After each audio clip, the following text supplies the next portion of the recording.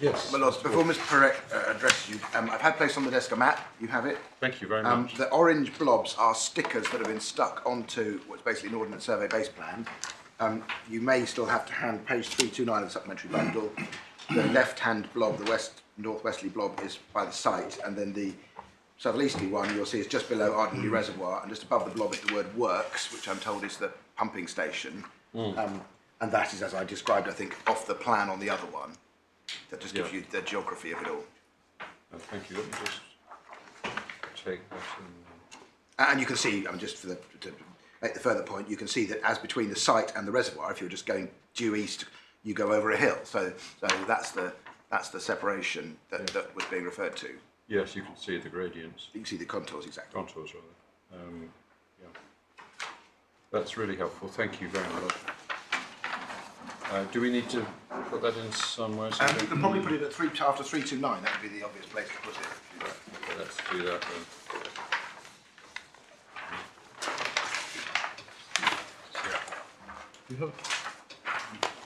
Do you have a hole punch? Yeah. Got a hole punch.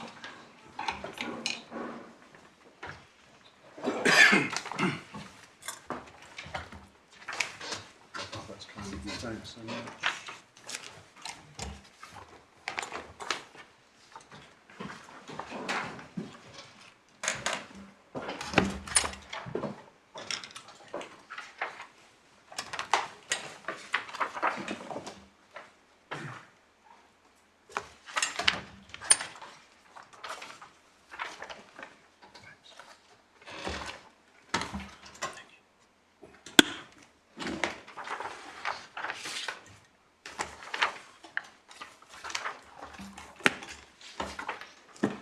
Right, thank you for that. Yes, Miss Frack.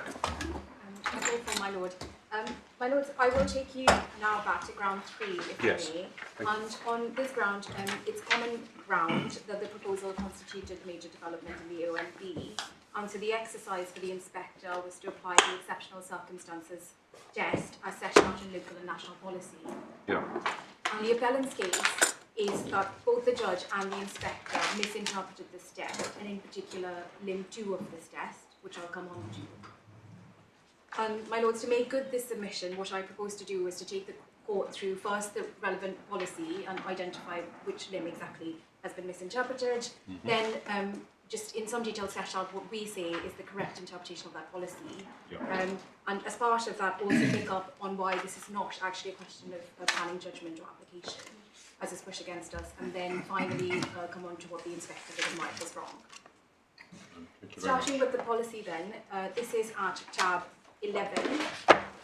It's the minerals local plan which you've been taken to, but this is policy M13, and that's at page 267. A supplementary bundle. Yeah. Yes. So M13 starts at page 267. In essence, what the policy implements what is the exceptional circumstances test in the NPPF, what used to be 177, but it's moved on since then. But I'll make my submissions by reference to M13, given that this is obviously the statutory development plan, so it's the starting point for decision. So is it common ground that the two policies, they're not in precisely the same language, but they are, for all material purposes here, equivalent policies? Yes, my lord, and certainly that's not been a point that's ever been taken by the defendants, that M13 somehow does something different to the NPPF. Sure. Okay, thank you. My lord, just to flag that before we go on to the following, we see at 8.3.1 that we get what is the strategic objective of this policy, which for the purposes of our case is to conserve and enhance the local distinctiveness and character of the High Weald AONB. Yeah. And then the relevant part of the policy is on the next page, starts at C. And this is the exceptional circumstances test with which this court is familiar, so I'll read it out. Yes, that's fine. And the part that we say has been misinterpreted is limb 2, which is the cost of and scope for developing elsewhere outside the designated area or meeting the need for the mineral in some other way.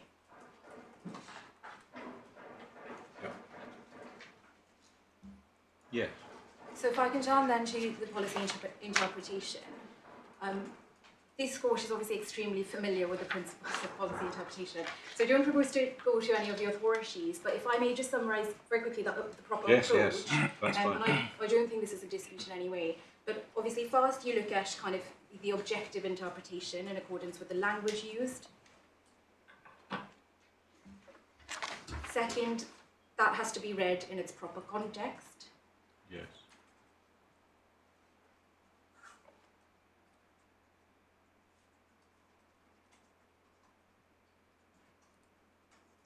And proper context can, of course, will rather involve looking at the specific objectives of the policy. Yes. And then the third point is you seek to construe policy with realism or common sense.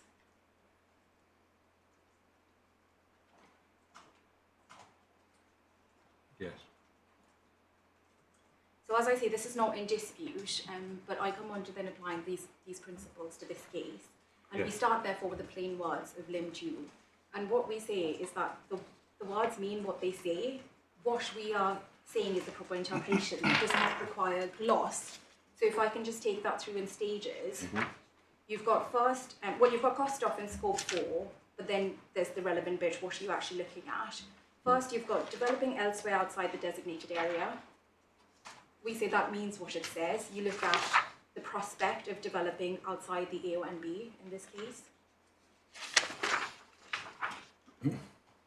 Yes. And then it follows on to say, or meeting the need for the mineral in some other way. And so again, that's what you do. But I pause there because I think there is an important focus here, or one needs to emphasize that the language that's used is the mineral.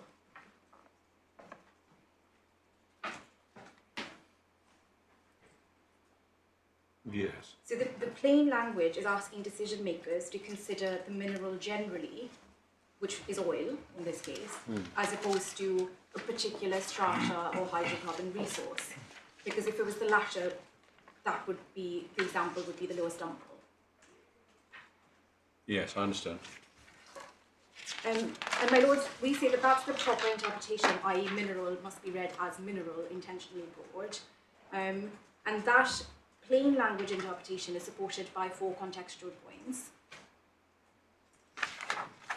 If I can take them in turn, my lord. The first one is, as with any policy, you read the policy as a whole. And it's helpful, I think, here to think about how limbs 1 and 2 interact.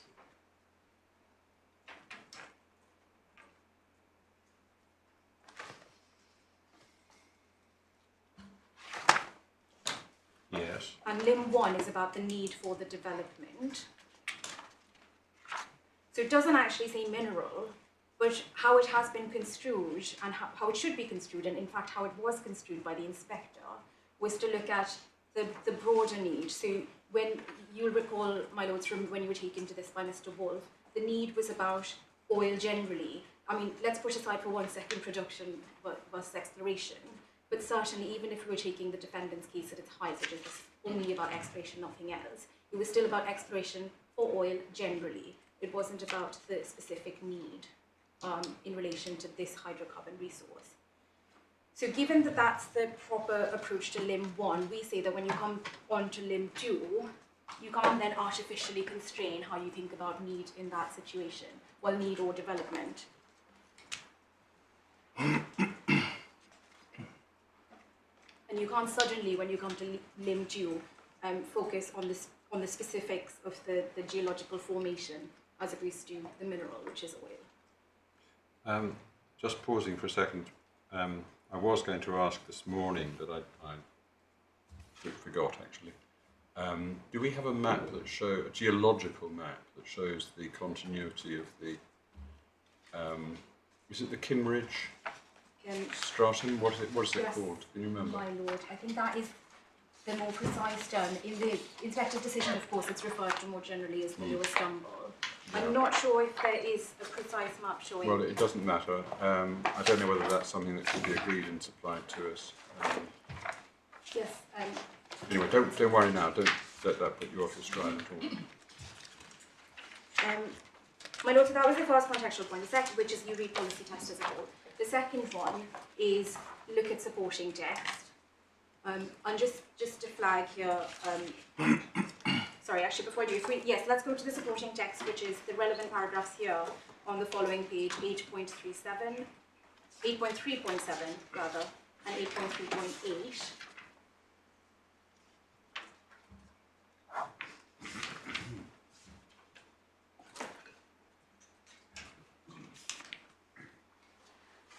Yes.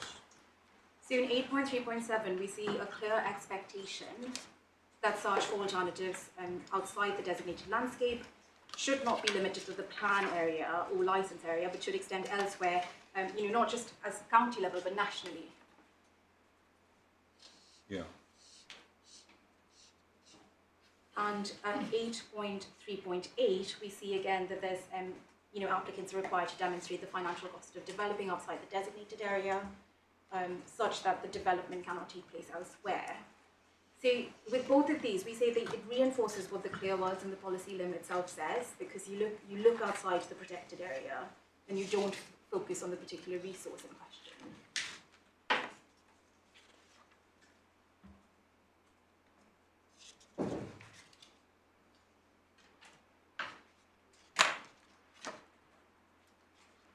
Yeah. And my lords, just to preempt something that's being said against us, this is not the Chirkley kind of situation where we're trying to add a new policy test. We're saying it's always been perfectly proper to look at supporting text to construe policy, and here it simply confirms what we say is the ordinary language being used. Yes. The third contextual point is to look to other policies in the local plan. And we say what's highly relevant here is M7A and B, which you were taken to before lunch, because as you will have seen, my lords, this is, sorry, so supplementary bundle page 259.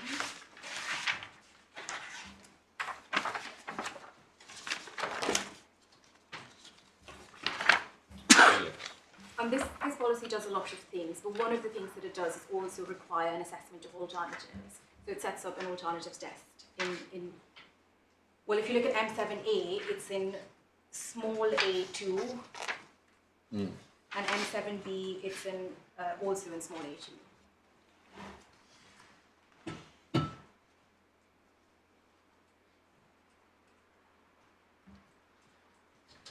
Yeah. And my lords, the point was foreshadowed this morning, but what we really emphasise is that where a different type of alternative test is set up, the planning authority has deliberately asked you to consider alternatives from which the target reservoir can be accessed. Yeah. What does the target reservoir mean? Do we get a definition of that? I don't believe there's a definition, but the reservoir would be, just practically speaking, there would be many different kinds of reservoirs from which you could access the mineral in question here, which is oil. And there's, unconventional hydrocarbons, conventional hydrocarbons. So you would interpret target reservoir as meaning? In this case, it would be Lower Stumble. Oh, it would be Lower Stumble? Yes. And I don't think that's disputed. If you're looking just at the specific reservoir that's being explored here, that is the Lower Stumble. That's from which the target reservoir can be accessed? Yes.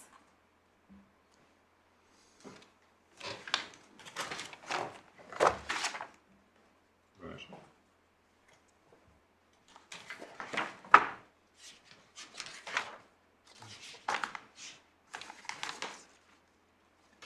Yes. But also, the reason we say this is helpful is because there is a clear distinction here being drawn between the non-AONB case, i.e. general mineral exploration production, whatever you want to call it, where, of course, there's that focus in national policy about working minerals, where you find them, etc. And that is exactly what we see in M7, because you focus on the target reservoir. But then you go on to the AONB, there's heightened protection, and therefore you use the word, or the local planning authority deliberately uses the word mineral to make that distinction, because actually when you get to the AONB, because of the heightened protection that it has, you have to look more broadly than the target reservoir. Right, so you contrast M7A-A2 with M7B. No. Yes? M7A2, my lord, sorry, I don't know if we were Yeah. Yeah, that's what I had in mind. with the wording in M13. Yeah, sorry, I was misunderstanding you. Because M7B has the same language. Yes, But M13 is a different language. yes, which is you look at alternatives by reference to the mineral. And my lord, before you leave M7, can I just make one further point which does support entirely what we say, is that distinction, it's proper for us to look at that distinction in wording, because look at what A1 says. Mm-hmm. It recognises that actually when you come on to major development in the AONB, you've got a different policy, M13. Mm. And so M13 must be doing something different to M7. Well, if I can just follow this, if looking at Lim 1 in M7AA, that applies both to sites in protected areas and outside, doesn't it? Yes, my lord, but what it sets up is that if you are major development, Yes. you then also have to comply with M13. Well, you've got to comply with the exceptional circumstances test, Yes, even before you get to M13. yes. But there's a cross-reference to M13, even for development outside the AONB. Yes. But the only other question I was going to ask you is that obviously M7 is specific to hydrocarbon, whereas M13 covers all mineral development. Yes. And the planning authority has chosen, in the context of hydrocarbon, to refer to target reservoirs. My lord, yes, that's... But don't you have to try and read these policies together so that there's no inconsistency?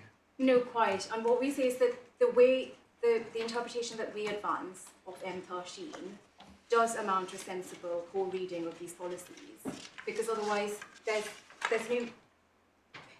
Otherwise, in terms of alternatives at least, you're not getting any heightened protection in the AONB. If the mineral is in fact to be read as target reservoir, that's a much narrower test. Well, you're getting the heightened protection of exceptional circumstances. My lord, well, I mean, you might have to test that on the facts of each case, but certainly in this case, you can see the fallacy of that argument. Because if all you ever do is look at the target reservoir, and in a case like this, it doesn't, there's no way to do it outside the protected area, you immediately, Lim 2 becomes useless, because the answer is always, well, this is just not relevant.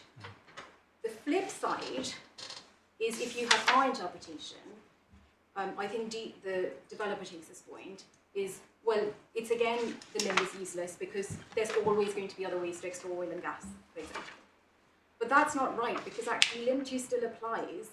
Just because there's other ways to develop, that's not the end of the exercise. You still have to then consider cost and scope. So the Lim still has a function.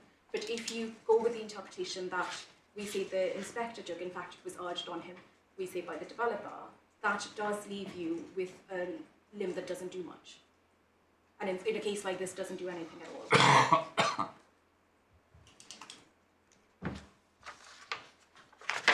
Right. My lord, in any event, I mean, going back to, these are kind of supporting contextual points that we rely on, but the starting point really is that we could just stop at the wording of the policy, which is the mineral, and that has to be construed to be, say, by reference to the mineral as opposed to... Yeah, that's a key submission for you, isn't it? That this is cast in terms of mineral rather than something more specific. Right. My lord, I've kind of veered into my fourth point in any event, but this is the point about objectives. Yeah. And say, M13 objective, of course, is to protect the high Weald AONB. National policy objective, we know from the NPPF, is to give the highest level of protection to the AONB. And my Lord Justice Holgate is absolutely right to say that that's the context in which you set up this exceptional circumstances test, preventing development from coming forward unless the high threshold is met. But to follow through that argument, my Lord, as I said, if you give a restrictive reading to this Lim 2 and artificially constrain what mineral means, then our position is that you would be undermining this policy. Yep.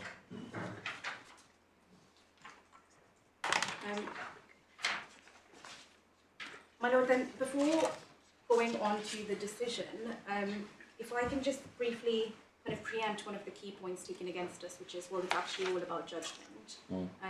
We say that that's not right, because when you come on to look at the inspector's decision, it's clear that he's construing policy in a certain way that leads him to his conclusion.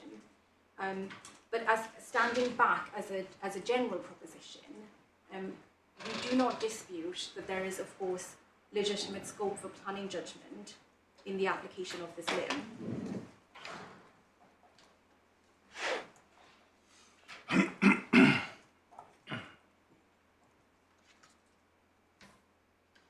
Yes. But as is the case with many policies, there is a logically prior question that needs to be asked and answered before one exercises that planning judgment. Yeah. And that logically prior question here is what is the focus of alternatives? Is it what is the...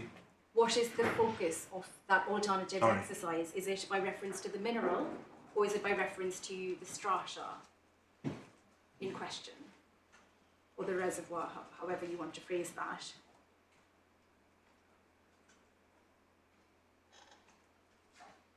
And so, just to make that short point, obviously, that if you've asked yourself the right question, then of course you're in the realms of legitimate planning judgment. But if you've started from the wrong premise and asked yourself the wrong question, narrowed artificially, we say, the scope of your planning judgment, then it's no answer to rely on the cases like Weald to say, well, this is all about judgment, because it doesn't. It starts on the wrong premise.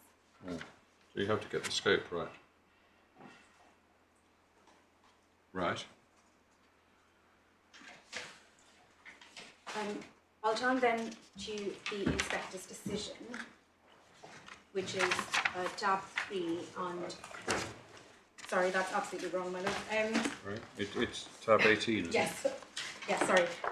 Perhaps if I actually, before I start, if I can just make some preliminary points for context, which I think the court has already, but just to re-emphasise that the failure to meet the exceptional circumstances test was actually the reason for the council refusing permission.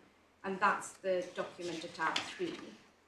And in particular, the council took the view that there were alternative sources, both indigenous and imported, to satisfy that limb 2 effectively. And on that basis, said that exceptional circumstances test wasn't met.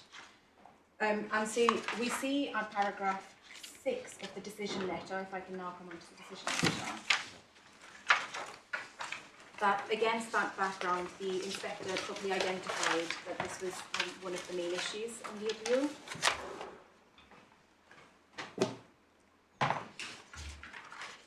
In particular, towards the end of that paragraph, the availability and cost of alternatives to the proposal outside the A or B.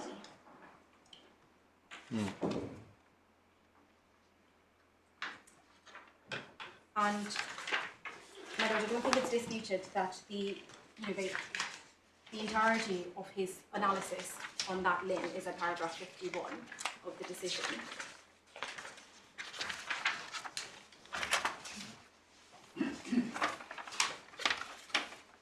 So just before I make my points on that paragraph, if I can just restate that the first limb of exceptional circumstances was, of course, the need for the development. We have that in the preceding paragraphs, i.e. from 46 to 50, which is what you were taken to by Mr. Wolf. Yeah. And in terms of that need, our case has been that he was ultimately concerned with the kind of supply of oil. But even if we're wrong on that, so just ignore that altogether and take the defendant's case, the need was only about exploration. What is clear when you read these paragraphs is it's still about exploration for oil generally, as opposed to a specific need that's arisen to explore this hydrocarbon resource. And so then we turn to paragraph 51.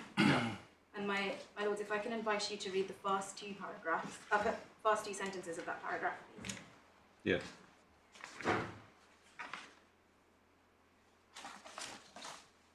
Yes. What we say is, this first sentence ends with the exploration and testing objectives of the present proposal, and then immediately follows, however, it is evident that this stumble hydrocarbon resource could not be explored outside the AONB.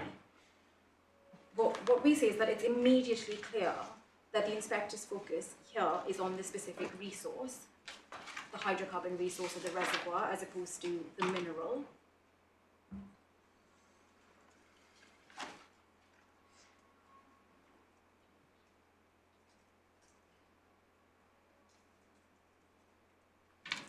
Yeah.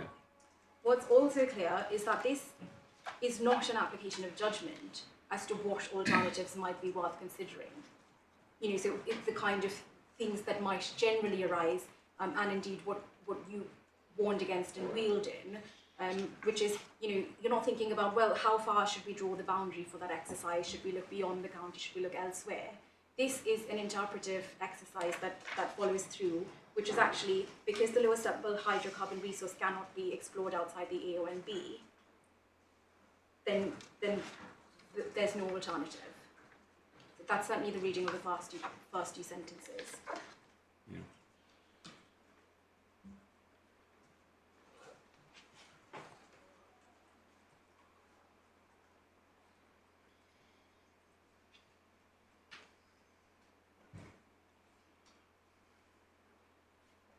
Right. And my lord, just on those two sentences, we say because he's failed to understand the correct focus of the policy, he's clearly not asked himself the wrong question. He has asked himself the wrong question. He's clearly not asked himself the right question. And therefore, because his starting point is based in an interpretive error, any subsequent application of planning judgment we say is infected by that legal error.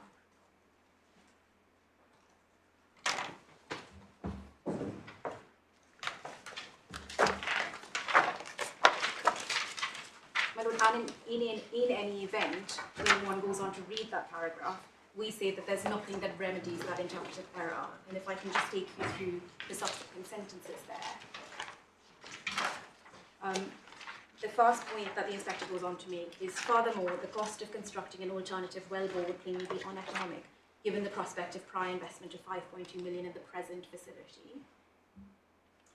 That, we say, doesn't assist the defendants for two reasons. First, the inspector didn't actually have evidence on this point. He says as much in the first sentence, no estimate has been provided of the cost of an alternative way to achieve so and so.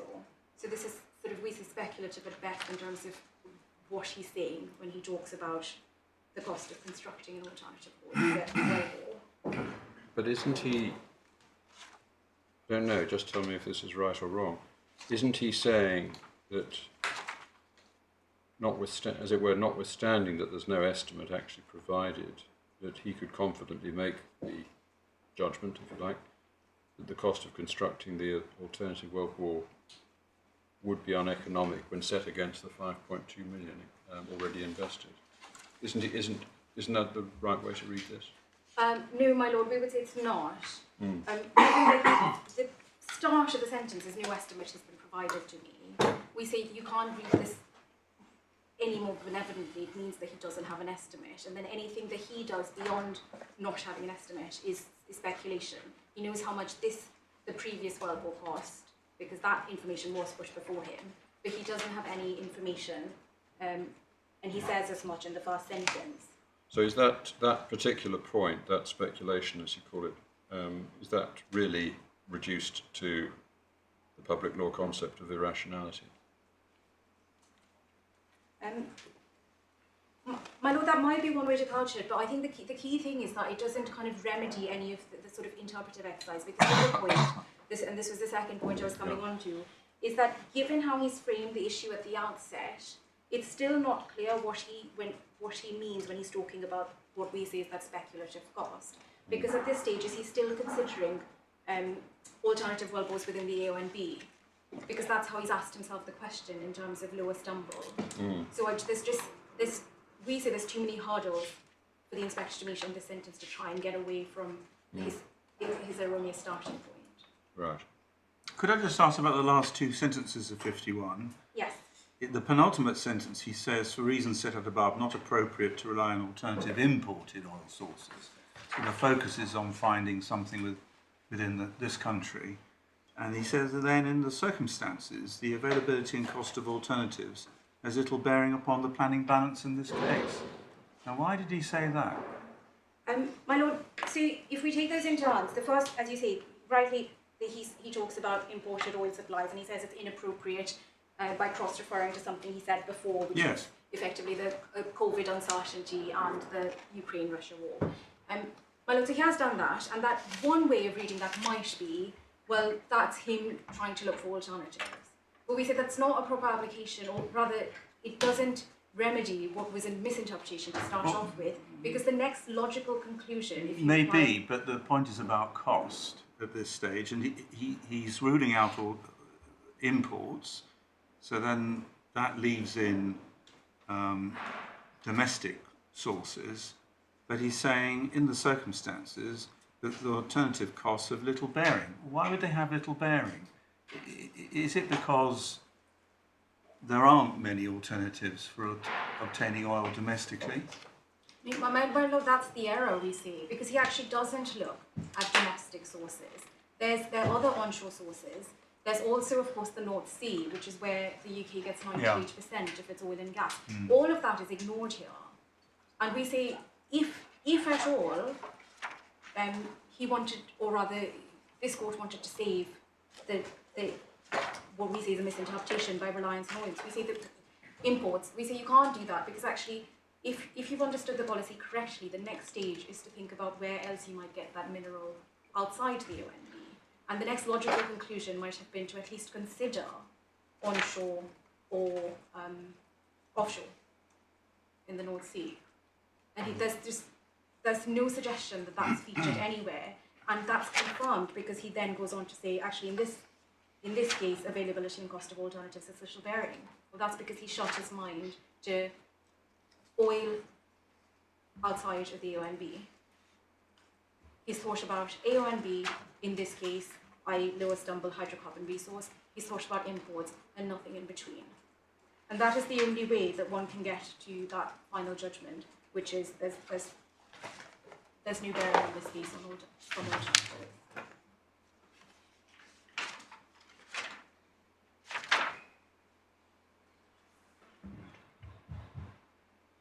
Yes. My lord, I think that's really as far as I need to go to make good this ground. But just if I can very quickly touch on the judge's decision, we say that the judge fell into the same error. Of course. The entirety of the judge's reasoning. So we need to go to...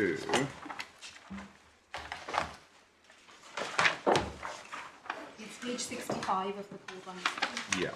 It starts at page 64. But the judge's reasoning is at 38 and 39. Sorry, I missed that. Paragraphs 38 and 39. 38 and 39, thank you. Yeah.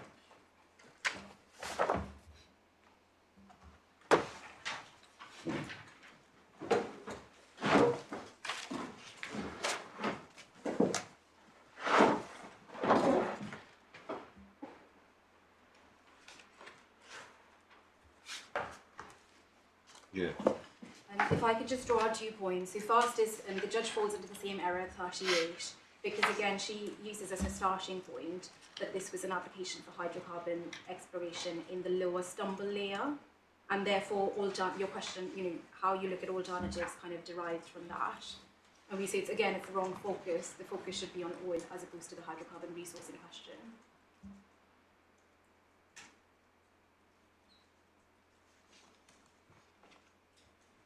Right.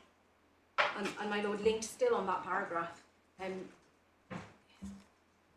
I say, even if we're wrong on round one and it's all about exploration, and you don't at all consider production, even in alternatives, which is an artificial exercise, we say, but if that's right, there's still an exercise to be done about what alternatives are there for exploration. Are there other untapped domestic reservoirs in the UK that we can look at? Are there other untapped oil fields in the North Sea? that might still be explored. I mean, those are questions that need to be logically asked, or at least considered to some extent, to display a proper understanding of the policy, which the inspector didn't do, and certainly the judge falls into the same trap. And then in relation to paragraph 39, if I can make a final point.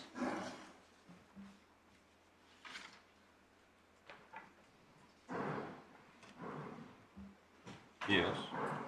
And this really draws on the kind of last sentence, which both defendants or respondents rather also rely on, which is that, you know, the exercise that we say should have been done, properly applying policy, is not relevant at exploration stage, but is likely to be highly relevant if there is ever a production application.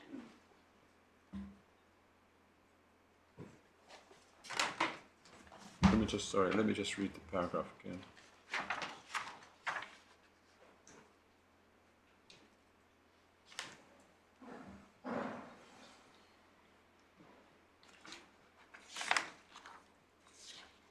Yeah, so you say that relates back to ground. No, my lord, we say that kind of approach, which both respondents also rely on, demonstrates the kind of absurdity or opposite of common sense position that should be applied when construing policy. And the reason we say that is because just because it's an exploration case doesn't mean you artificially constrain the word mineral to mean reservoir or, you know, the lowest number resource in this question.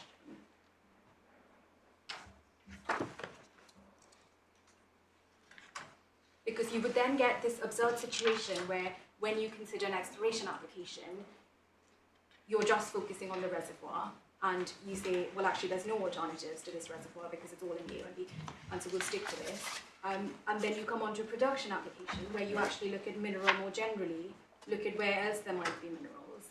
And so you've got a completely different approach, and we say that there's no interpretive basis.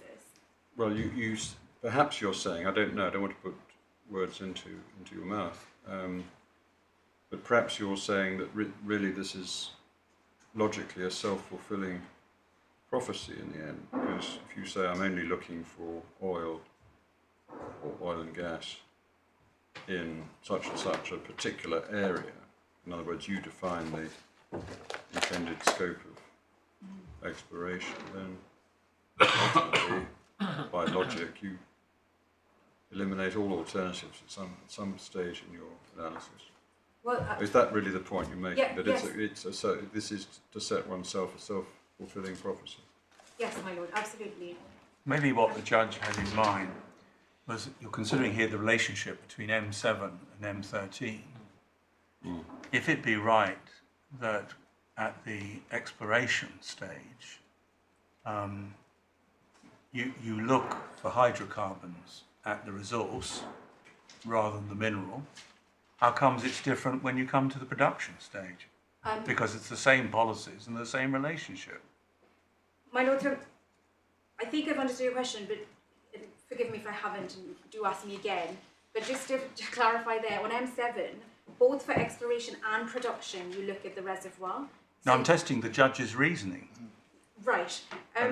Because she says it's different when you come to an application for production, but if you're looking in terms of policy, the wording of the policy, unless I'm wrong, is not materially different. Looking at the relationship between M7 and M13, whether you're looking at exploration or production. No, quite, my lord. So the same policy test applies. So with M7, both for exploration and production, you look at target reservoir when you search for alternatives. M13, whatever the scope of your exercise is in the AONB or your mineral, i.e., in this case, it happens to be the kind of three stages that you need. It still leaves the question how you read the two together. Yes. But once you work that out, query, do you read them together in a different way when you come to production? And my lord, we say you don't. And the point is that everyone accepts that when you come to production, you are going to look at oil generally, i.e. the mineral generally. And so there's just no logical basis to constrain that very same exercise when you're looking at exploration. And my lord, if I can just pick up on that kind of self-fulfilling prophecy. prophecy point that was made, I think that really does underscore kind of the absurdity of the approach that's being put to you.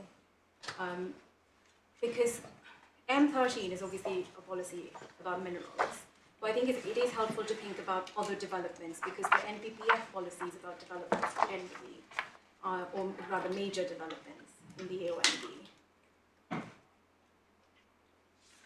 And so if you took the example of housing development in the AONB, applying the NPPF approach, I know that you get to the same position as in there will always virtually always be scope to develop outside the designated area, and it's no answer, it's not a good enough answer, it's certainly not the right question being posed if that's the answer. A developer can't come along and say, well actually we just own this land in the OMB and this is the only way we're going to develop it, so actually you can't look at alternatives because we don't own any other land. I understand that submission, but I'm looking at the words of M13, which is the policy we have to construe. And that talks about, in little c, it talks about proposal for major mineral development. And then it simply uses the phrase, the development, in little Roman 1. Would it follow from your submission that policy M13 is always going to preclude an application which is confined to exploration? Because you seem to be submitting that if you construe mineral the way you say it has to be construed, then you can't confine your application to the development being simply exploration, because you've got to look at the production phase as well. I know that's the first submission that we made, but I did make, I hope, a second point, which is actually, even if you want to stick just to exploration, there are other resources that you might explore. Those are alternatives. Those would be proper alternatives. Well, the judge recognised that in her judgment. She said it's obvious that there are alternative sites in the UK and in other countries. But she says such an exercise would be pointless at the exploration stage. The whole point is you're confining your application at this stage to exploration. You want to know whether in this site it's worth going any further. Yes, and just on the judge's analysis. But are you saying that that's never possible? Because you'll always have somewhere else. Yes, you could yes. Outside the ONB, yes. Yeah. And if I can just clarify 2 things on the judge's, she wasn't, when she was looking at alternatives and saying that would be pointless, that's because she was looking just at that production question at that point. And not that it necessarily matters, but the more important point rather is that the inspector never considered those other alternatives. The judge might say it's completely obvious. Look, I'm sorry, I haven't made myself clear. I'm trying to construe policy M13, and in particular the phrase, what does major mineral development mean? Now, I think what you're saying, but correct me if I'm wrong, is that major mineral development necessarily includes production. You can't confine yourself to saying, well, I'm only applying for exploration.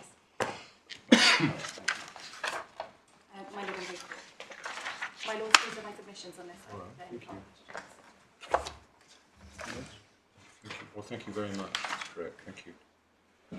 Those are the submissions then for the appellant. Yes, thank you. So we turn to you, Mr. Cosgrove. Lord, yes. Lord, and I'm going to aim very much, as I indicated before lunch, to deliver our submissions within the hour. I should say my learned friend, Mr. Dufur, sits behind me, is going to deal with ground 6, and the time estimate I gave includes his submissions. Right. Notwithstanding, I hadn't asked him, but he confirms during lunch that's going to be fine. Well, this hearing is demonstrating a very good principle indeed, if I may express a personal view, which is that both leaders and juniors are making submissions. And if I may, I would like to endorse that approach. Very good to see. Thank you. Lord, then, sticking to my time, some very brief contextual points, if I may.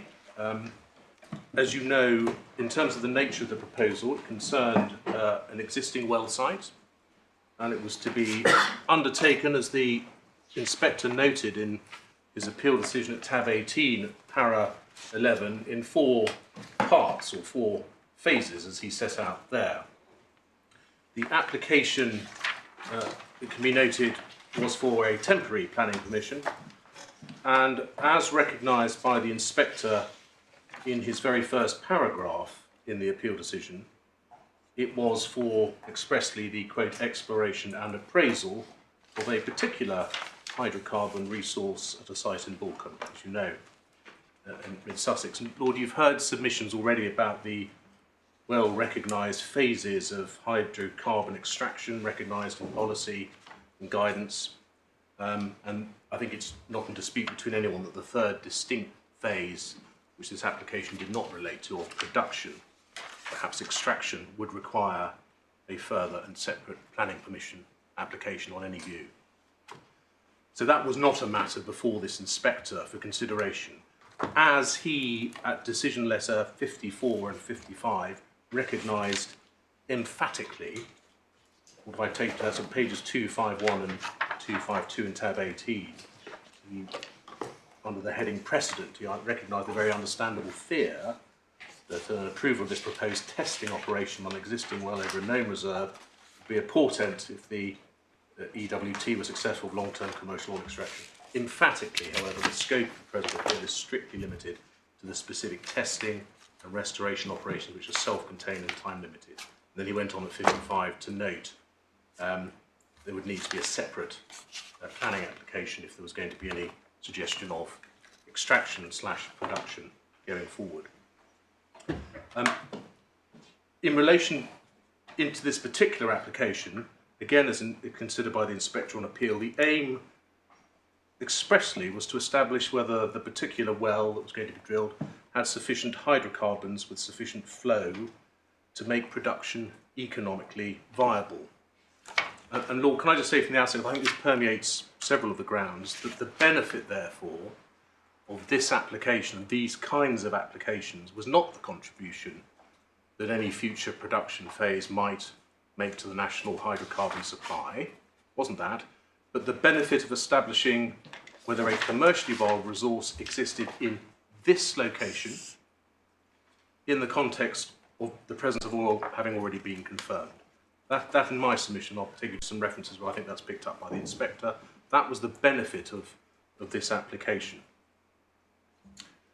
And as you know, and as you read, it sought to make use of a previously drilled borehole that was in fact, I think, created in 2013, and the site had been used for exploratory drilling actually as far back as the 1980s. The proposed operation, again as you've heard, did not involve hydraulic fracturing or fracking, noted in various places in the evidence, but for present purposes, as my Lord has noted earlier and picked up, there was in fact in the end of the day a condition, condition 5, as part of the planning permission for your notes, tab 18, page 254 of the core bundle, which expressly precluded any fracking anyway, so the scope was quite clear. And as I say, that obviously would have required a separate planning permission in any event. The evidence, I think, as you've also heard, indicated, as it happens, that the geology made it very unlikely in this location anyway. So, actually, on the evidence, it wasn't even a probable future option in any event. And then, finally, by way of context, before I address the grounds, so far as the need for development of this particular kind of development in the context of climate change is concerned, as the inspector noted, and as was set out in the evidence, the indigenous hydrocarbons play a central role in the government's energy policy for a secure, diverse and sustainable supply in the transition to a net zero carbon energy production by 2050. And you will have seen in the appeal decision particularly, you've looked at them already, but paragraphs 46 of the appeal decision, there's a subheading need for development through to 50, which is page 250 to 251 of the core bundle. The inspector recognised this. He recognised that by supporting the exploration and appraisal of such supplies, rather than the reliance on imports, the United Kingdom could aim in due course to displace suppliers whose carbon intensity was greater than that of the UK's own indigenous production. On the question of need, was there a need case put forward for extracting hydrocarbon from this particular resource? No. Sometimes you see that in certain minerals, bauxite, for example, because they'll be used for making a particular type of metal. No, as far as I'm aware, it was simply limited to the need and the benefit of finding out actually whether there was anything there that was commercially viable. And the final contextual point, the nature of the site, well, it was, there's lots of acronyms flying, was as you would have perhaps read, within a PEDAL, or that's the correct way to pronounce it, Petroleum Exploration and Development License, Block 244, but I think of more apposite to present purposes, the application was for the exploration and appraisal of a particular hydrocarbon resource, the lower stumble, occasionally referred to in various documents as strumble, but it's the lower stumble hydrocarbon resource, which, and I don't think there's any dispute to this, recognised again by the inspector, effectively all of it fell, as it happened in this particular case, within the high Weald AONB. Of course, in other cases in the country, there may be areas that extend outside of AONB or national landscapes, as they're now known. But in this case, factually, that was the context which faced the inspector. And that meant, and I'll develop this later, that in terms of alternative sites which sought to explore that particular hydrocarbon resource, you were effectively limited to looking to explore and appraise within the AONB, as it was then called. That's the context, which I'll develop particularly under Ground 3 in relation to the learner friends' submissions. So, Lord, can I then go to Ground 1? Yeah. The claim by the appellant is that I think the inspector was irrational in any taking into account the benefits but not the harms. The short and overall answer to this we submit is, as is evident from a straightforward reading of the appeal decision as a whole, the inspector did not take into account the benefits of a hypothetical and unknown future production phase. Indeed, he shouldn't have done, and it's hard to see actually how he could have done so. The application, obviously, as I've said, was for exploration and appraisal, as recognised by the inspector. The key case which you've been referred to, my lord, which is one of my lord's cases, the Preston New Road Action Group case. The lord's been taken to it already. We can go to it again if it's felt helpful, but in short, my lord, you held there that in effect, in the context of proposals for exploration, they should be considered on their own merits.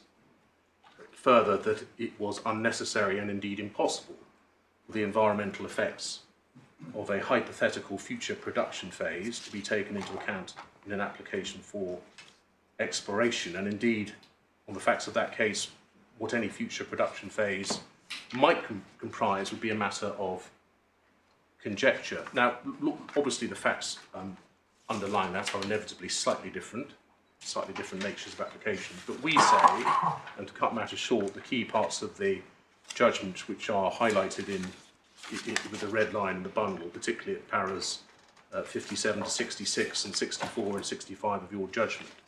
57 to 60. 57 to 66 sets out the contextual point, and then really 64 and 65 are the key paragraphs. In the interest of time, I won't take my lord to do that. But in effect, the propositions, which are clearly of wider import than just the facts of that case, are of direct application on the facts of this case before you today. And of course, I need not trouble this panel with the overall approach in cases like St Modwen, but one's obviously got to read the whole, the inspector's decision as a whole and fairly and taken as a whole. In the current case, our submission is consistently with the Preston case. The inspector did not weigh in the planning balance the harms or benefits of future hydrocarbon production at the site. As the learned judge held in her judgment, and my lord's note, it's in Mrs Justice Lieven's judgment in the call bundle at page 60, paragraph 18, she held that plainly in the decision letter the inspector understood that the application was for exploration only and that he should focus on the benefits and disbenefits of that phase. That is apparent from reading the decision letter as a whole, but also from the conclusions in DL 59 when he refers back to the benefit of exploration and assessment, which clearly he expressly did. My Lord, briefly to deal with my learned friend submissions and what is in the skeleton, there are 3 passages relied on in the inspector's decisions which the appellant seeks to submit, as we understand it, indicates that the inspector took into account the benefits of a future production phase. In our submission, none of those passages contain any positive indication that the inspector did take into account the benefits of commercial production. Instead, they give support for our reading and the learned judge's reading of the decision letter. To take them very briefly, the first set of paragraphs relied on by the appellants is paragraphs 18 through to 25, which begins at page 247 of the core bundle within the appeal decision. And it's said by the appellant that those paragraphs show that the inspector took into account a need for fossil fuel supplies. The need, of course, generally for fossil fuel supplies is, in one sense, relevant to applications for exploration and appraisal. But applications for exploration and appraisal are, of course, the means to establishing whether locations are in fact suitable for commercially viable production. As I've said, that's the benefit you seek to get from such applications. Lord, again, I hope I can take this briefly, but it is the settled interpretation of national policy that great weight attaches to the benefits of exploration and appraisal, essentially for that reason, and that is the Europa oil and gas case, which I'm sure my lords are familiar with. For your note, it's tab 13, begins at page 214. And the particular paragraphs, again, in the interest of time, if I may, I'll just give you the references. Paragraphs 16, 19, and 21 of Lord Justice Richards's judgment. But in essence, I think my Lord Holgate referred to earlier on, that case is really about interpretation, and the court held that the term extraction in the MPPF, what is now paragraph 211, at that stage it was paragraph 90 in that judgment, that includes exploration and appraisal phases in a given context, that phrase. So I think that deals with the points made in relation to 18 to 25. So far as paragraphs 46 through to 50 within the decision letter, in those paragraphs the inspector's considering the need, quote, for the particular development, and that in particular at paragraph 48 the inspector recognises, quote, that it is precisely the point proposed like that in this appeal, but halfway down the paragraph, to obtain such information by interposers to yield, that's their point, and it would not be appropriate to anticipate the result of the EWT with conjecture that the ultimate yield of the well might be minimal. So that again, I think my submission is emphasising the point that we're not concerned about what may or may not happen in the future at a production or extraction stage. And again, similarly, paragraph 49 of the decision letter, where the inspector says the present proposals should not be refused merely because it might lead only to a small additional contribution or even no contribution at all to essential domestic supplies. And then finally, at paragraph 50, the emphasis again of there being a significant national need for onshore hydrocarbon exploration and assessment for a considerable time to come, which weighs greatly in favour of the appeal. So taken together in our submission, those passages demonstrate really 3 things. Firstly, that the inspector was self-evidently not anticipating or taking into account any particular level of production at some future phase. Secondly, he recognised that the purpose of the present proposal was to identify the contribution the site might be able to make to oil supplies in the future. And thirdly, the need he was attaching weight to was expressly for exploration and assessment and not to the benefits of commercial production, which was entirely consistent with the settled interpretation of the MPPF as set out in the Europa oil case. My Lords, the final passages relied on by the appellant, as we understand it, are paragraphs 59 to 60 of the decision letter. In fact, those paragraphs refer in express terms to the national need for, quote, continued hydrocarbon exploration and assessment. In our submission, fairly read, they do not indicate an accounting for the benefits of some hypothetical further production stage. So Lord, overall, our submission is that, contrary to what is said in my learned friend's skeleton, those passages simply do not support the proposition or their reading of the decision letter. Because plainly, the benefits of exploration and assessment and not production, which weigh greatly in favour of the development, as is clear from those paragraphs. The inspector was, in fact, very careful to weigh the harms and benefits of those matters before him and recognise that those constituted particular phases which attract great weight, as advised by NPPF 209 to 211, which for your note is in the supplementary bundle at 347 to 348. That's where you'll find those paragraphs. And it's an entirely consistent position with the Preston case and Europa Oil. I just finally add the point about reasoning. I mean, there is a criticism of the judge's reasoning, actually. It hasn't really been developed, but in our submission, the reasoning of the learned judge was entirely adequate. But in any event, the important issue is whether the inspector erred, as the appellant alleges, and he did not do so.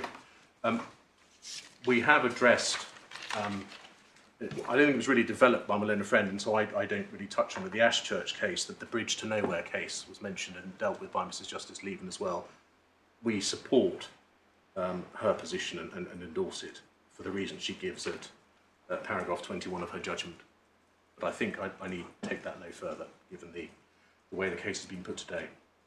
Well, Lord, unless there's anything else on ground one, I'm going to move to ground two. Thank you. Which is a pure interpretation argument relating, obviously, as you know, to M7 of the plan.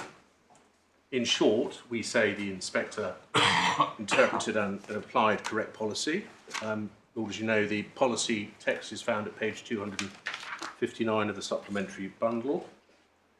It is clear on the face of the policy that M7A applies to hydrocarbon development not involving hydraulic fracturing. It's one of those cases where, as a lawyer, it's really, is in my submission, just a question of reading the policy out and looking in very simple terms at what it says. By contrast, M7B applies to hydrocarbon development involving hydraulic fracturing. Each policy clearly and simply separates out the exploration and appraisal stages from the production phase, with separate policy requirements applying to applications with separate phases. And it is therefore clear for the policy that the text that was referred to at 6.75, the supporting text, which you find at page 258 of the development plan, in fact, we submit... Sorry, page? Page 258. So it's the latter part of 6.7.5 of the text.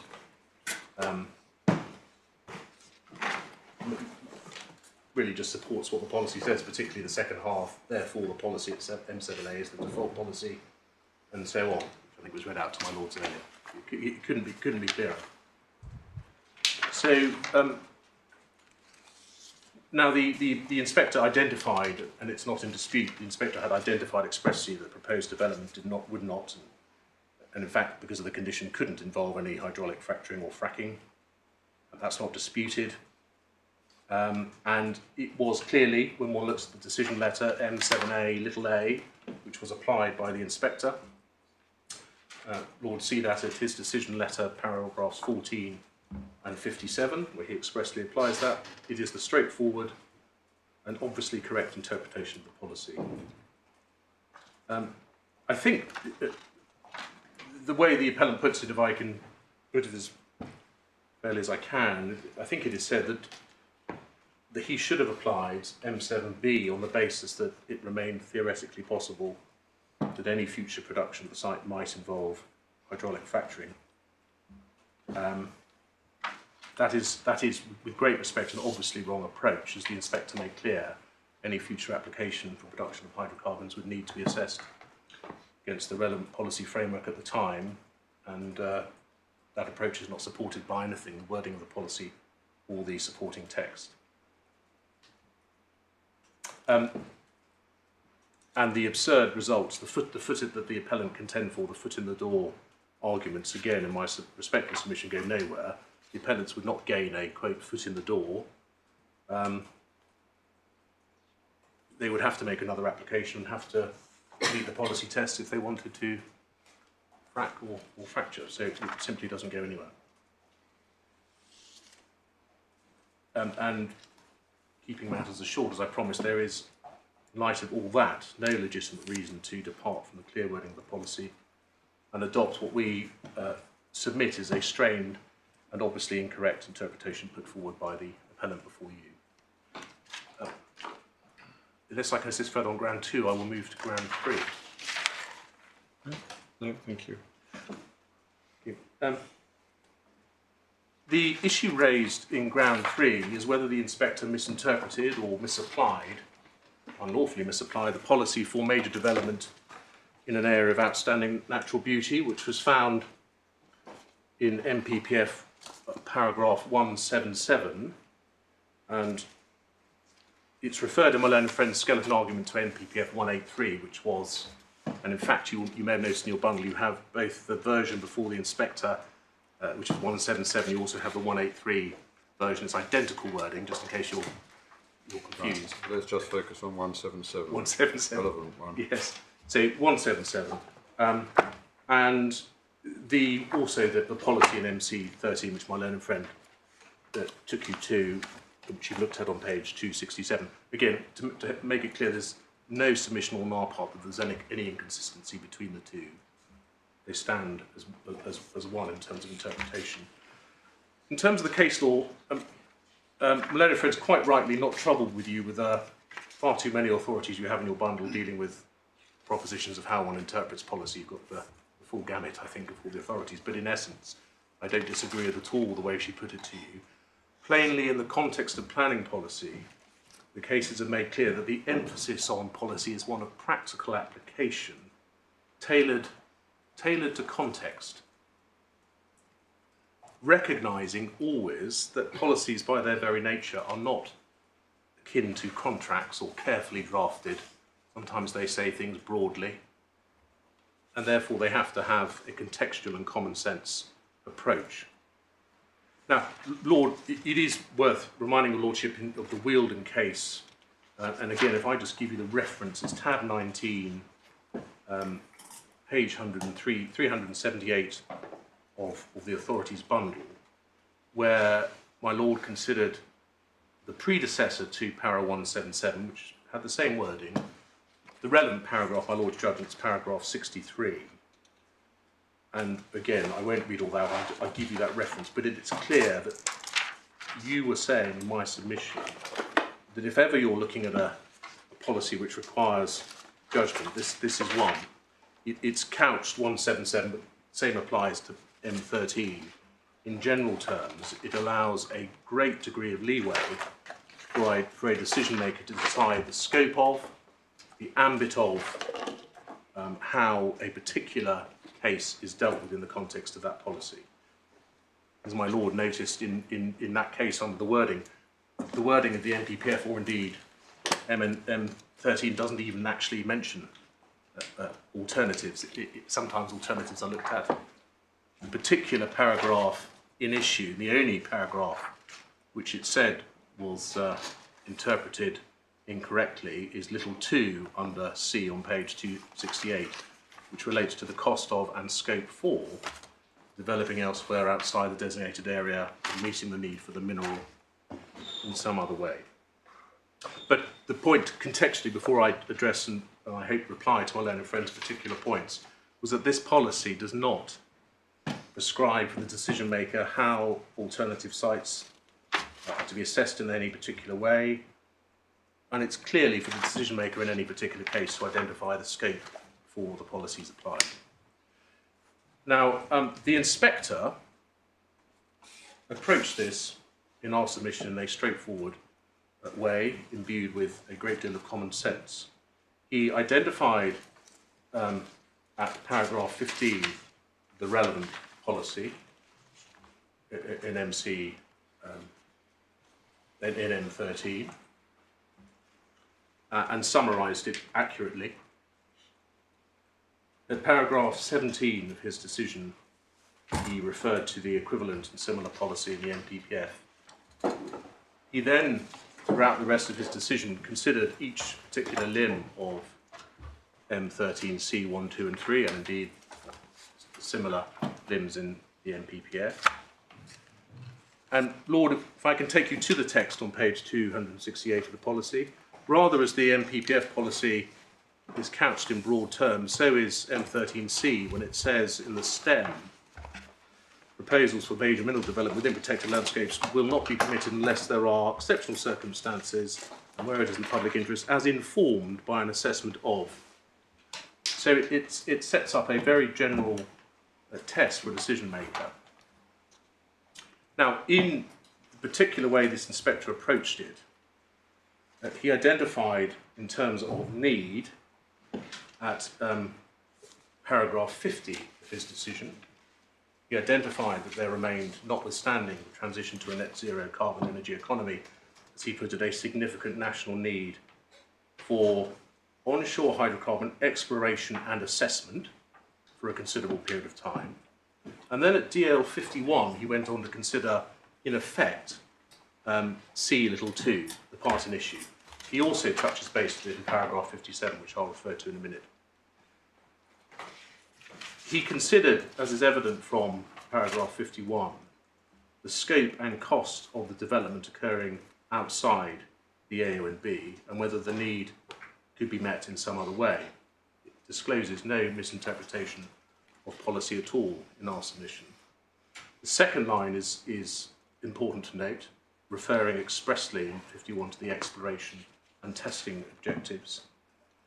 And then just leaping forward to 57, he concludes, line 2 of AD 57, I have found that there are no evident, comparable, accessible or cost-effective alternatives to the appeal proposals and that the site could be restored to a high standard under agreed planning conditions.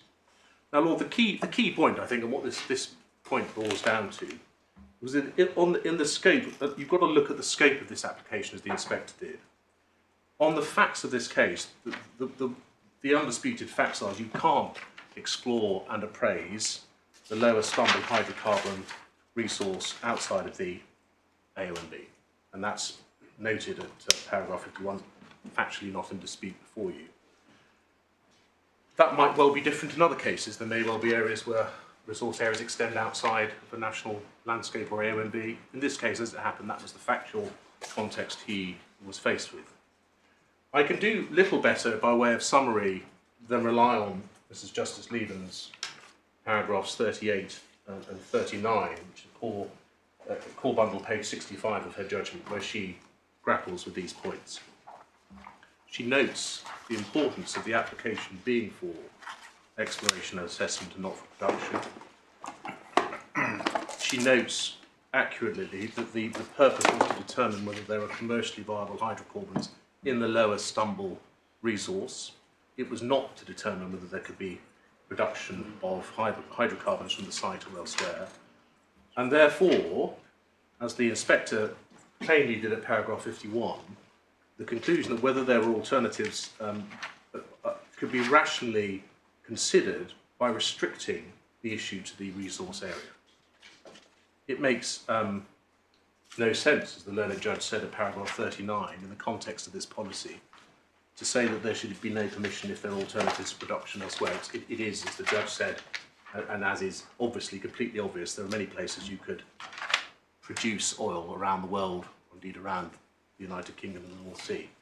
It would be pointless to, in the circumstances of this case, to factor that in the context of an assessment or exploration appraisal of a particular resource to see if there was anything viable in that particular resource. That's the initial scoping of the application. I think the key submission that's made against you is that both the inspector and the judge misunderstood the meaning of the phrase the mineral. Yes.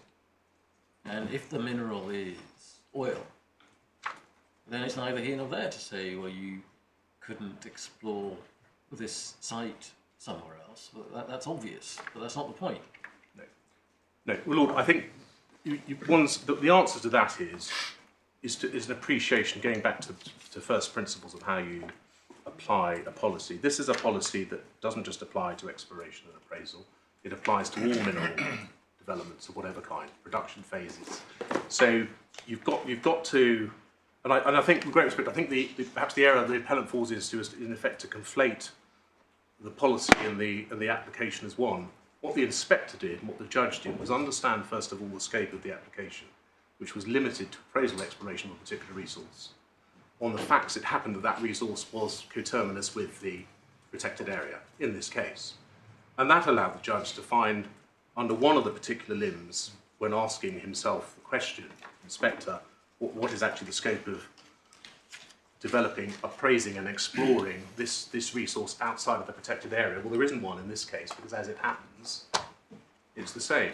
Now, that doesn't mean you win on the exceptional circumstances. You've got to address the other parts. It's not the it doesn't mean there's an open door policy for exploration appraisal. But to answer your point, in that context, you've got to understand the meeting of the need for a mineral is going to have less import in this kind of application than it perhaps would in a production application. That's just common sense application of this policy. Is another way of putting that submission, I don't know, would help me. It is another way of putting the point that the law recognises, as we've seen from earlier authorities, that there can be such a concept as an application for development which consists only in exploration. Yeah. So that's not impermissible as a matter of law.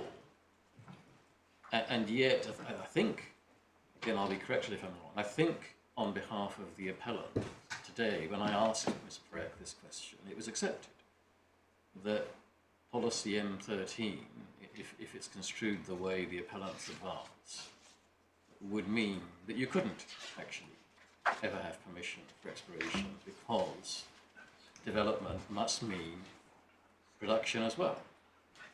Indeed, if that were the correct interpretation. But that goes back to my submission, I hope, that you've got to look at the policy and apply it with common sense to the nature of the application. So in this case, obviously, when you're understanding to what role the particular words meeting the need for the mineral will play in the context of this particular application, not for production of any mineral, exploration and appraisal, limited to an area, all those matters, it then becomes, in fact, an incredibly straightforward exercise of planning, judgment and application. It's certainly not an irrational one. It's not to say a different inspector might not have taken a different view, but yes, certainly and so when one understands that and looks at 51 again, and he says it is evident that the known lower Strumble, he gets it wrong, Stumble hydrocarbon resource could not be explored at the OMB. He's simply saying, and so in terms of alternative, that's sort of it. Yeah. No, I understand. I think, in fairness to the appellants, I don't think they base this ground free on irrationality. They say straightforwardly there's a misdirection of law. Yes. You say there is not. Indeed. Can I just pursue this, looking at the other aspect, which is the self-fulfilling prophecy aspect? I don't know whether you've perhaps effectively addressed this, but part of the argument against you is that if a developer chooses to define that which he is developing in a particular way, geographically,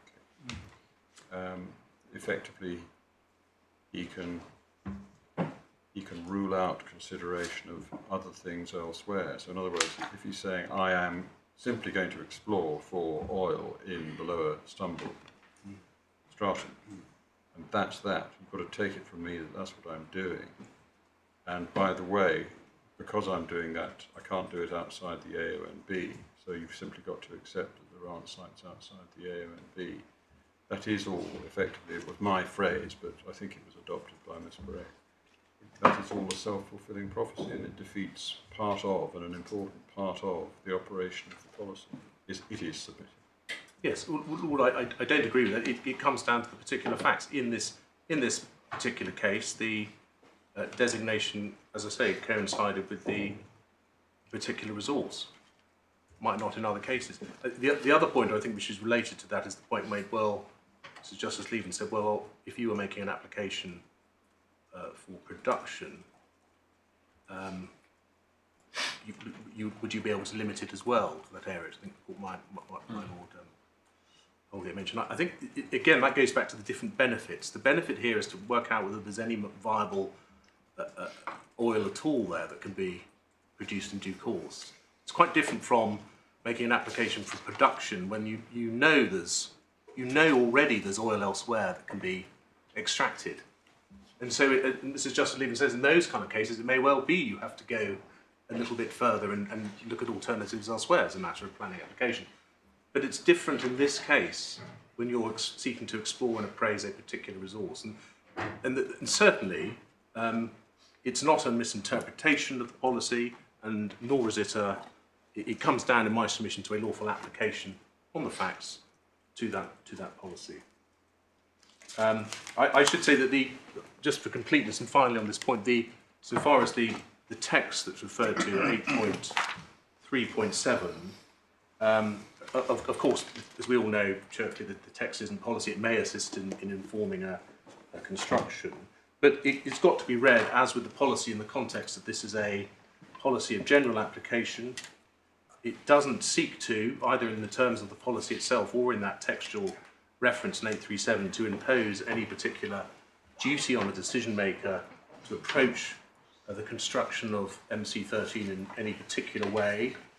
You just have to apply it rationally and lawfully to the facts of the case. And in fact, when one looks at that text, it's expressing nothing more than a general expectation that the search for alternatives outside the designated landscape should not be limited to the plan area or the licence area. The licence area is different from the resource area, it's the licence, but that's a perfectly sensible expectation.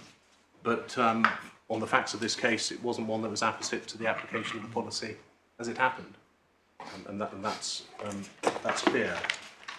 Lord, if I'm going to give my learner friend any time to keep to our hour's time estimate, I'm going to let him move on to 6 unless there's anything else I can address you on this ground.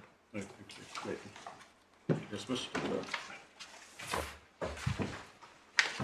My Lord, our core submission is that there was no error of law in the inspector's conclusion that the proposed development does not pose any unacceptable risk with respect to water pollution. That was the conclusion reached at paragraph 36 of the decision letter. It was a planning judgment reached with regard to, or with particular reference to, the fact that there were no significant surface water flow routes, as the flood risk assessment had shown. The on-site mitigation measures proposed as part of the development, including the oversight pad membrane, and the separate regulatory controls, including approval and monitoring by the Health and Safety Executive and the Environment Agency, both of whom had approved the proposals. My Lord, there is no challenge to the inspector's consideration of or reliance on any of those matters. Instead, the appellant contends that the inspector erred in paragraph 34 of the decision letter in saying that the appeal site is not hydraulically linked to the Ardingly Reservoir, noting an intervening watershed. We respond to that there is no error in that statement. It is common ground that there is not a direct hydrological connection between the Ardingly Reservoir and the appeal site. There is a potential indirect connection between the Ardingly Reservoir and the River Ouse.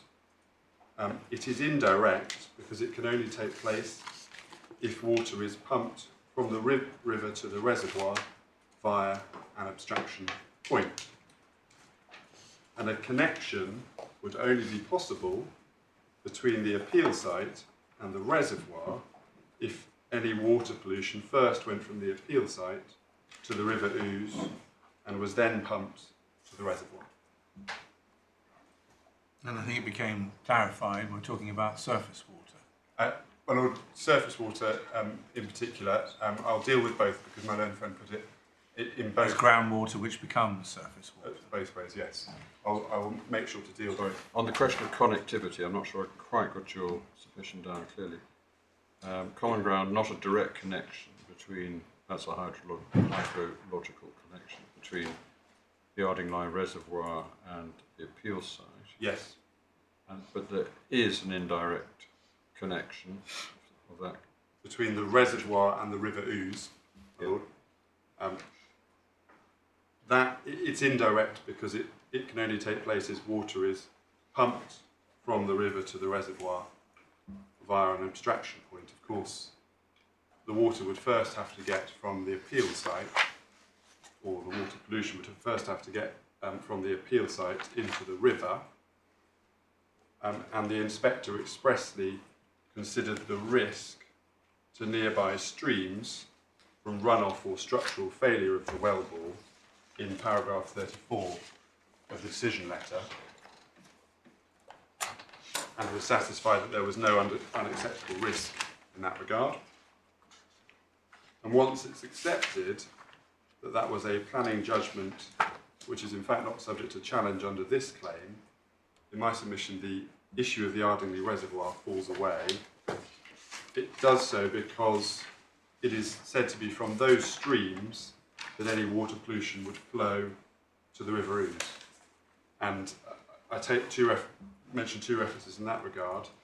The appellant's skeleton argument, paragraph 43, final sentence, the stream closest to the site flow into one of the tributaries to the River Ouse, which in turn, it said, connects through to the Ardingly Reservoir, obviously an indirect connection, and also the claimant's representation, which you have at page 123 of the supplementary bundle, tab 7, where it is said that when the reservoir runs low, the water company pumps water from the River Ouse to replenish it, and the stream next to the site runs into the River Ouse. So it's been put about streams near the site, and they were looked at by the inspector.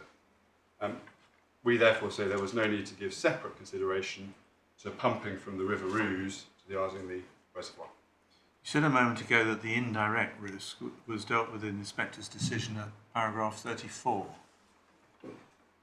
I can see the last sentence, that's where the subject is raised. Have I understood the inspector's decision correctly by saying that that is answered in 35? Answered in 35. So it's Absolutely. not just 34? No, Okay. absolutely, my lord, forgive me. I would submit that one reads 34, 35 and 36 together in particular. Of course, whilst also reading the decision letter as a whole and other matters that were said, but answered by 35 and then the conclusion, overall conclusion, the proposed development does not pose any unacceptable risk with respect to ground stability, water pollution or flooding. We're here concerned with water pollution. So my lords, in summary, that is how we respond to this ground. To make that summary good, I was just going to deal with some of the factual background documents that you have before you, particularly in respect of the mitigation measures, and also to deal with the other regulatory regimes and the evidence in relation to those. I was then going to look at how the developer put its case in its statement of case. So, my lords, on-site mitigation measures, you have in the supplementary bundle at tab 12, the developer's hydrological risk assessment, page 299 of the bundle is where it begins. I'm not going to take you through that, in order in case you've had a chance to look at the documents. Yes. I would just highlight 4 particular sections where the development proposal is described in section 4.1, which begins at 318 of the bundle. And the phases of development encompasses, including phase 2, with the laying of, which we see at 4.1.2, the laying of the impermeable membrane installed by civil engineer contractors. And Sorry, where are you reading from? page 318, my lord. Yeah. Paragraph 4.1.2 is in the section describing the proposals, and the first paragraph under 4.1.2. Yes, thank you. Once phase 1 is completed successfully, the 2mm impermeable membrane will be installed by a civil engineering contractor in the proposed active well site, which is to be surrounded by a containment ditch around the perimeter. And in my submission, that's the oversight pad membrane, which is then referred to in paragraph 35 of the decision letter, and is also described in paragraph 11 of the decision letter as well. I was then going to go to the mitigation measures at 4.2, section 4.2 at page 320 of the supplementary bundle.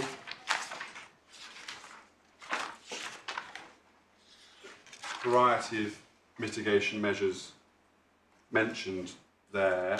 I just highlight two matters. The well integrity at 4.2.2, the first sentence, constructed using a series of concentric steel casing and cement sheaths with other mechanical isolation devices installed as part of the well construction process. And then the final sentence of the paragraph dealing with well integrity over at 3.2.1, the steel and concrete layers provide multiple layers of protection for aquifer units, each of which limits the likelihood that hydrocarbons from the target layer will migrate from within the well to shallower units. The other mitigation measure I've already mentioned is the basal liner at 4.2.4, and it is just described therein on page 321. And over on page 322, under the bullet points, the objective of the fully engineered impermeable subbase. Sorry, you're going too fast for me. Forgive me. 322. Line, yeah. First sentence under the bullet points. Yeah. The objective of the fully engineered impermeable subbase is to provide full hydraulic containment of the well site platform, preventing contaminated surface water and or pollutants from entering the ground. Well, also the next sentence. My lord, yes, one would need it, making the point that one would need a permit. But it's dealing with surface water Dealing with as well. surface water. But also I noticed, if you go back to the previous page, page 321, 423 chemical fluids, second paragraph, it describes the impermeable membrane again, constructed in phase 1, and without going through it, line 3, surface water, and line 5, surface contaminants. Yes. So, my lord, that, etc. yes. Indeed, and as well, one has at 4.25, 4.2.5 over on page 323, dealing with chemical storage. I won't read that, but mitigation measures in terms of chemical storage that are on the site, and also at 4.2.7, groundwater monitoring, another mitigation measure imposed. And I was just going to then highlight the predicted effects section. Obviously, invite you to read it all, but I won't trouble you to read it all now. That's at 325. And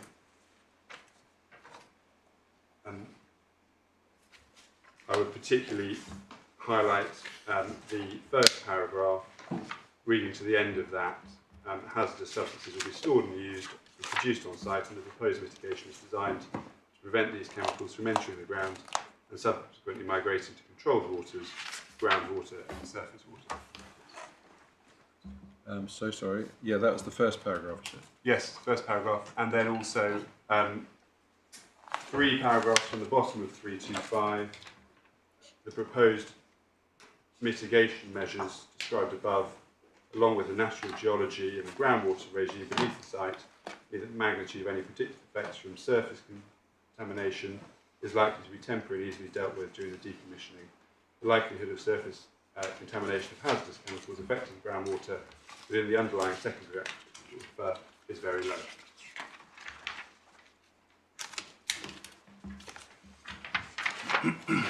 So, my lords, the inspector had a significant amount of evidence in front of him as to the mitigation measures which were proposed as part of the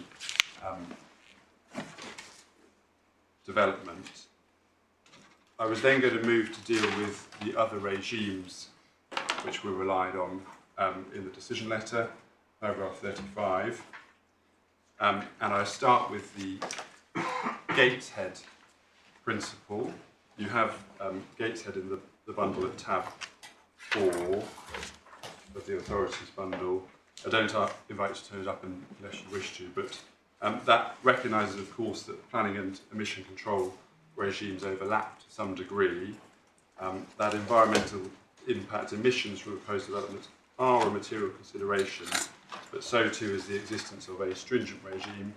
In that case, it was under the Environmental Protection Act 1990, for preventing or mitigating that impact.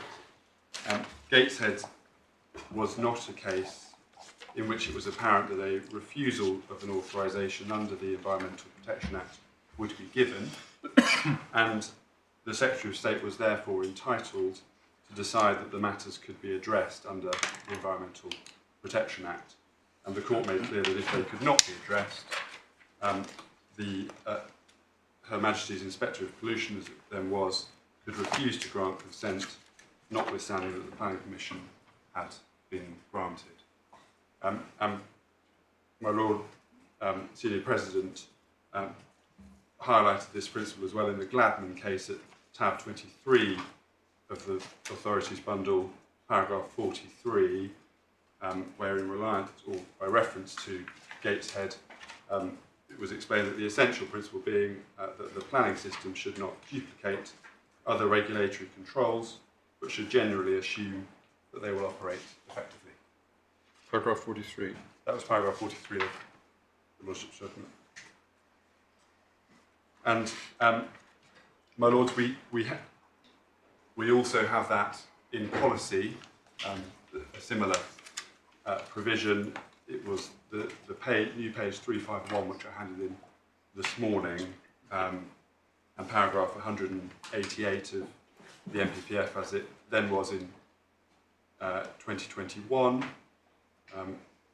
which explains that the focus of planning policies and decisions should be on whether proposed development is an acceptable use of land rather than the control of processes or emissions, where these are subject to separate pollution control regimes. Planning decisions should assume these regimes will operate effectively. So, very similar line to your Lordship in the Gladman case. What was the date of Gladman? Sorry, we'll just get it up. 23 of the authorities bundle.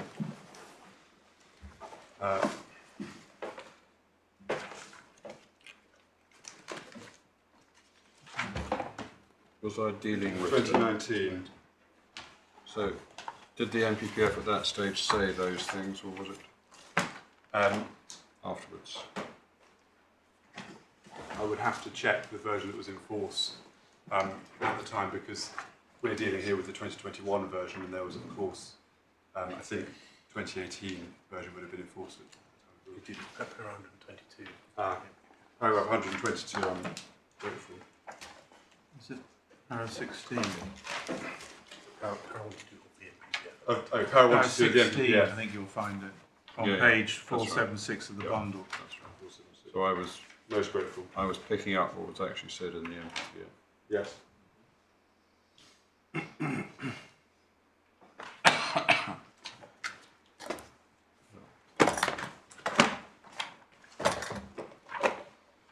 And not that it matters, but that same provision has been carried through into the most recent version as well at paragraph 201. And, my Lords, in the context of hydrocarbon development, we have specific guidance on the application of that principle in paragraph 112 of the Minerals Planning Practice Guidance, which you have in the supplementary bundle in those new pages I handed in 238A and B behind tab 10.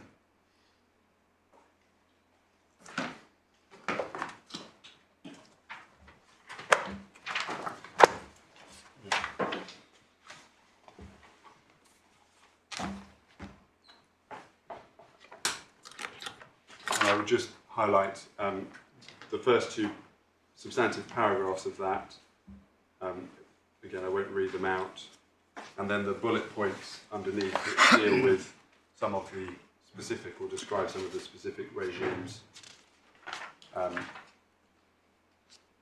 Bullets 2 to 6 in particular deal with well design and construction, well integrity during operations, and operation of surface equipment on the well pad, as well as, and then bullet 8 as well, and off-site disposal of water.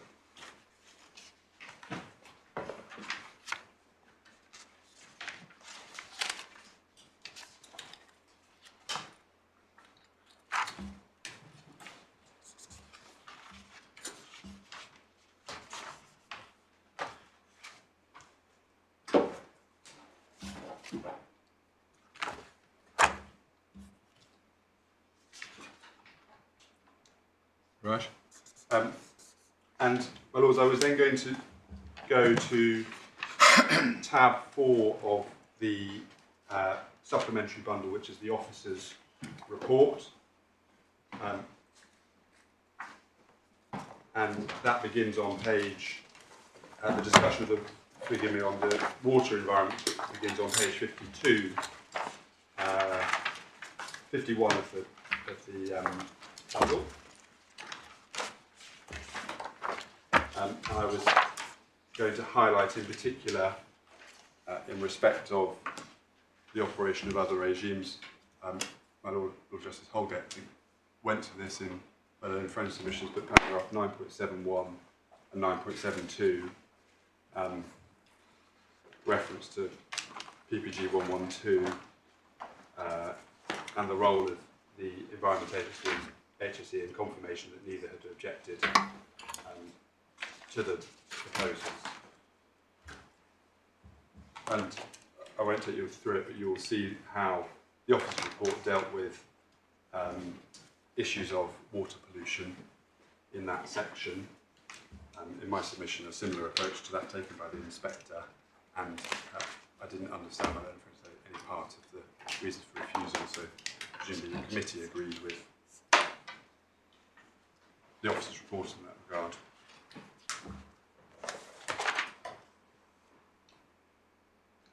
Do you submit that the operation of the other regulatory controls was flagged by the HRA itself?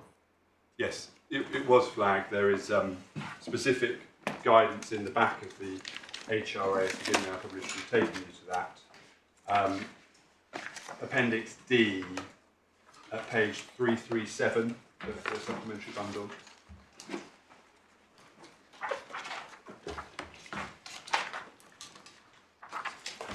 Summarises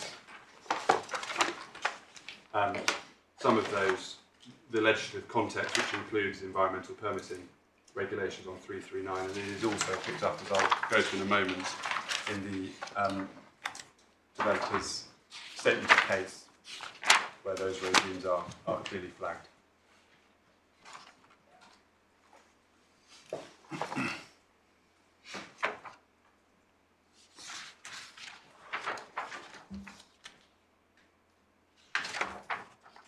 I was next going to deal at tab 7 of the supplementary bundle with the Environment Agency's representations. It's a document you've already been to, so I can take it swiftly.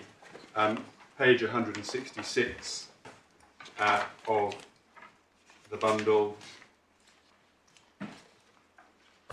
Confirmation that they have, in the first substantive paragraph under Environment Agency position, reviewed the updated hydrological report that's in the report in the bundle that you have, and have no objection and are satisfied with the fundamental findings and recommendations.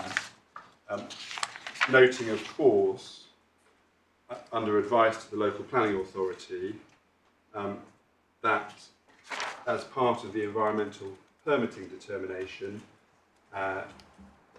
there would need to be additional work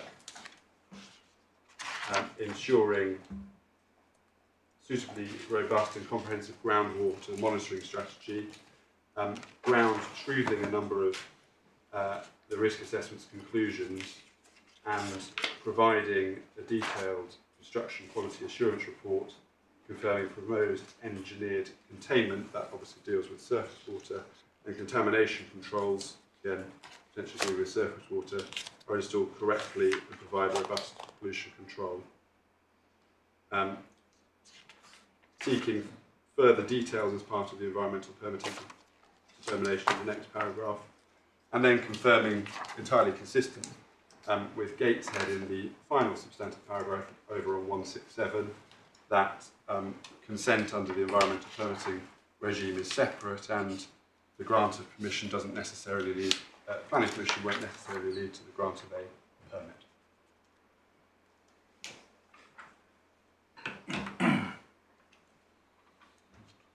So, my lords, I said I would take you to the statement of case of the developer. You have that at tab 6 of the supplementary bundle, and it begins on page 75. Just for your note, the developer deals with flood risk and water resources in terms of the various zoning at page 80, paragraph 3.8 and 3.9, including noting that the site in the 3.9 is situated within a drinking water protected area and a drinking water safeguarded zone for surface water, but it doesn't fall within the drinking water safeguard zone for groundwater, etc. Then through to page 108 of the supplementary bundle, at 9.5, noting that the area of concern most frequently highlighted were water pollution and water management, hydrology, hydrogeological, particularly concerning possibility of groundwater pollution and the perceived risk of the Ardingly Reservoir. And then dealing with that issue at 9.7, over the page on at 109 of the bundle, providing the developer's response. 9.7 refers to the HRA and the flood risk assessment. 9.8 makes the point that the location of the site is within flood zone 1, and the absence of significant external overland flow routes through the site. No further mitigation measures to control runoff from the outside of the site are required. No significant effects relating to flood risk are predicted, and one sees that carried through into the inspector's conclusions at 35. 9.9, returning to the HRA, very low likelihood of groundwater impact, monitored and managed with full engagement of the Environment Agency during all phases. So just answering my Lord's point about whether this was something that the developer had flagged. Sorry, the reference there was 9.9, the first sentence of that. Yeah. And then it goes on to say, effects upon the Ardingly Reservoir were scoped out of the HRA as the site is not hydraulically linked to it and is separated from it by a significantly higher ground, which forms a watershed. But noting in the next sentence that the watercourses surrounding the site are monitored in compliance with EA permits. The HRA was an application document, was it? Yes. Yeah, so this is just summarising it. Just summarising. Which we've looked at a grown-up version already. I'm most grateful.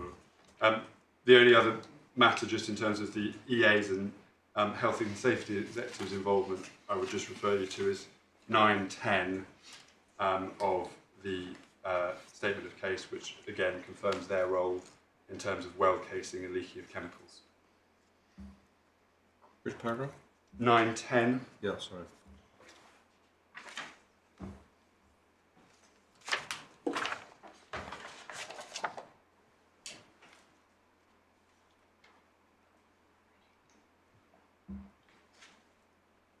Right. And, my lords, my lady friend took you to the TAP-AGOS review at tab 7 of the bundle. I just make a couple of factual points about that. That first appears at 126 of the supplementary bundle. My lady friend took you to the date of it. It is a February 2020 document, which is commenting on an earlier planning application, which was in fact withdrawn. And the point of detail that picked up from the officer's report at 4.25, that one of the key differences between the application, this application and the one considered in that TAP-AGOS report, is the installation of a new impermeable membrane to accord with current guidelines. So it's not in fact commenting on the HRA, which was before this and the inspection. Sorry, I think you're saying it's not commenting on the design which included the membrane. Yes.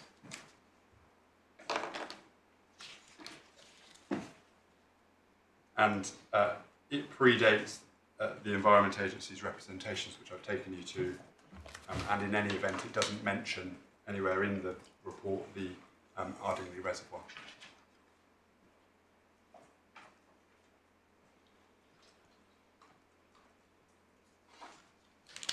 So, my lords, my submission is that the inspector reached a rational planning judgment informed by the evidence. I've referred to the relevant parts of the decision letter and read in context the inspector was satisfied with the mitigation measures proposed and the role of the HSE and the Environment Agency in improving and monitoring the appeal. And that was a proper application of the Gateshead principle. And once that context is understood, in my submission, the Ardingly Reservoir is simply beside the point. Is this what the judge said? I mean, what we've heard in the last 20 minutes or so is very interesting. But I didn't. It may be there, but I didn't get this detail in the judge's reasoning. To take you to the judgment, it's paragraph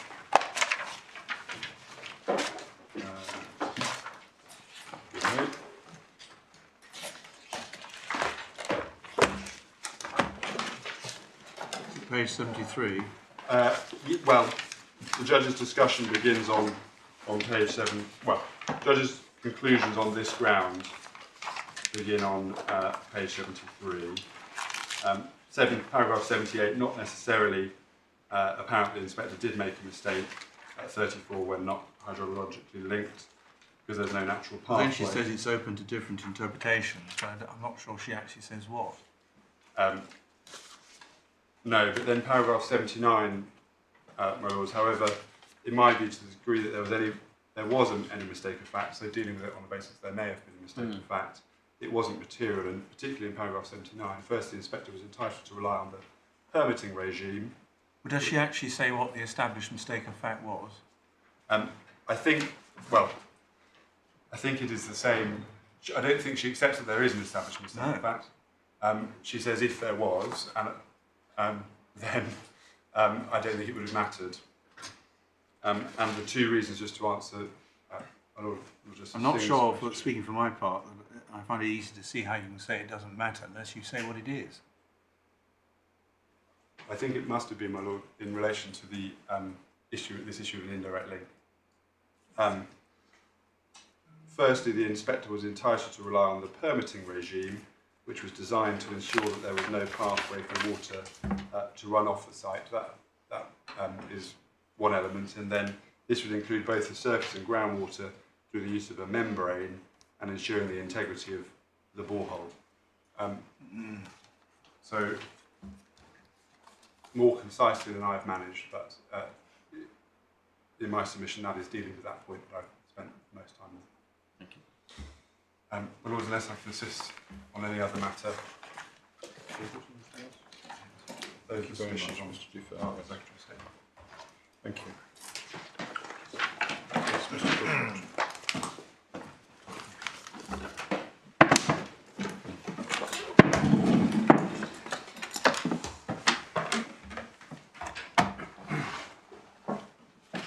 Yes. May it please your Lordship, the second respondent's position is closely aligned with that of the first respondent, as you'll have seen from our skeleton arguments, and I gratefully endorse and adopt the oral submissions that have been made by Mr. Cosgrove and Mr. Dufer today. And I don't therefore propose to either repeat any of those submissions or rehearse all of the points we've made in our skeleton argument. What I propose to do instead, I've got a short preliminary point of fact. I don't propose to address ground one any further unless your Lordships have any questions about what we've put in our skeleton argument on ground one. No, thank you. I'm grateful. I've got a few short points then on grounds 2, 3 and 6, and I'll just run through those if I may in that order. So the short point of fact, there's been some reference to and discussion of the officer's report of the local planning authority, and during the course of oral submissions this morning, your Lordship raised a question as to effectively what was the role of the officer's report in all of this. Why were we looking at it when we had the inspector's report? The short point is that not only was the officer's report put before the inspector by my clients as an appendix to their statement of the case, but my clients also relied upon its analysis in their written representations to the inspector as part of the appeal. And if I can just give your Lordships the reference to that, so we're now looking in the supplementary bundle at tab 6 and pages 104 to 105. You see about 2/3 of the way down page 104 a subheading just after paragraph 838, which reads, wait to be attached to the Planning Committee report the 2nd of March 2021, that being a report obviously recommending approval. And if I can take your Lordships, the short point is on paragraph 841, top of the next page, officer's recommendation clear and unequivocal. It was based upon a thorough examination of the proposed development and its effects in the light of relevant policy and the available evidence, the advice from statutory consultees, notably the Environment Agency, etc. And I make that point because in a number of places, the officer's analysis of the issues, including in relation to the issue of water pollution, is detailed and careful, and my clients were relying on it in circumstances where the reason for refusal did not go against that recommendation, and therefore that was the considered view of the local planning authority put before the inspector. So that's why those points are of particular relevance, we say. So that's my first short preliminary point of fact. And then on ground 2, can I start with just, and apologise for this, there is a typographical error in our skeleton argument, which I point out only because it's quite significant if it's not corrected. It's on page 7, paragraph 29, and in the penultimate line, the reference to policy M7B should be A, and then in the next line, A should be B. I'm sorry, we only picked that up in preparing for the hearing, but I hope it's tolerably if it's clear. any consolation to anybody, I had not spotted that. Well, I'm grateful. I hope that the tenor of our case was clear from what followed. I've now corrected it. My Lord, I can deal with what's left over in terms of ground 2 quite briefly, and I want to. The first point is a short one. In the oral submissions made on behalf of the appellant, the point was made in order to try and escape from the obvious conclusions that come when one looks at the wording of the policies M7A and M7B themselves, that the decision maker has to decide which policy to apply before looking at the policies. In other words, it seeks to invite an approach where one makes a decision about which policy applies without looking at the policies themselves. Now, well, that, for a start, is a very odd approach, but secondly, it's not an approach which is reflected in the supporting text. If one would expect, if that was going to be the approach, the supporting text would make that clear. But I say it's simply unarguable as an approach when one looks at the policies themselves, which provide a clear and unequivocal approach to deciding which policy should apply, whether one is dealing with exploration and appraisal or production. It simply makes no sense to invite the decision maker to determine which policy should apply without looking at what the policies say.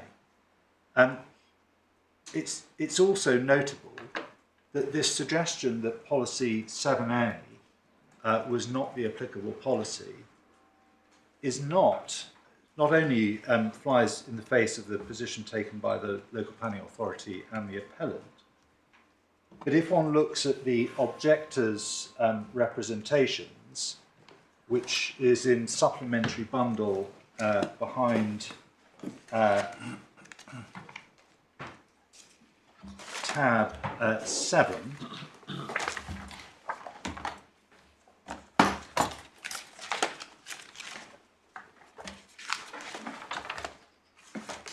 sorry, I took tab 2, wrong reference. Tab 2, this is the Balcombe Parish Council response,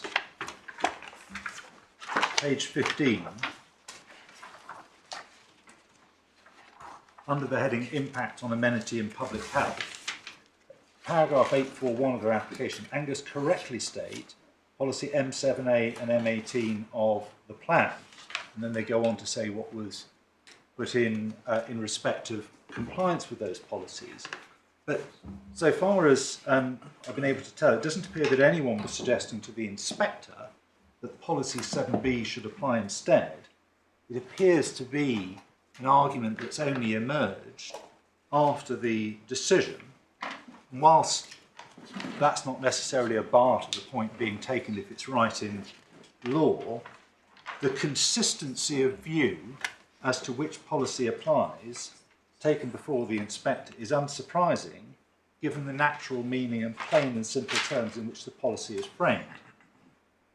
Well, the second point I want to make under, in respect of this ground is that for the reasons that we set out in our skeleton argument at paragraph 34D, Roman 3, the appellant's argument that policy 7B applies unless hydraulic fracturing was ruled out for any subsequent application for planning permission for commercial extraction is simply misconceived.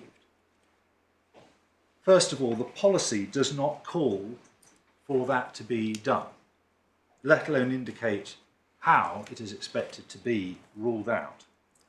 Again, if such an unusual approach had been intended, one would reasonably expect the authors of the policy to have made it clear that's what they had in mind and explained how it was expected to work. Now, it clearly raises the question, how exactly could or should hydraulic fracturing have been ruled out for the purposes of a future application? Now, the appellant has only sought to address that question for the first time in oral submissions, and with respect, the best that it has done is to say, well, one could have put in a section 106 obligation. Well, we say that that is not a satisfactory answer for a number of reasons. First of all, there is the question of whether such an obligation would have fallen within the terms of section 106 in any event.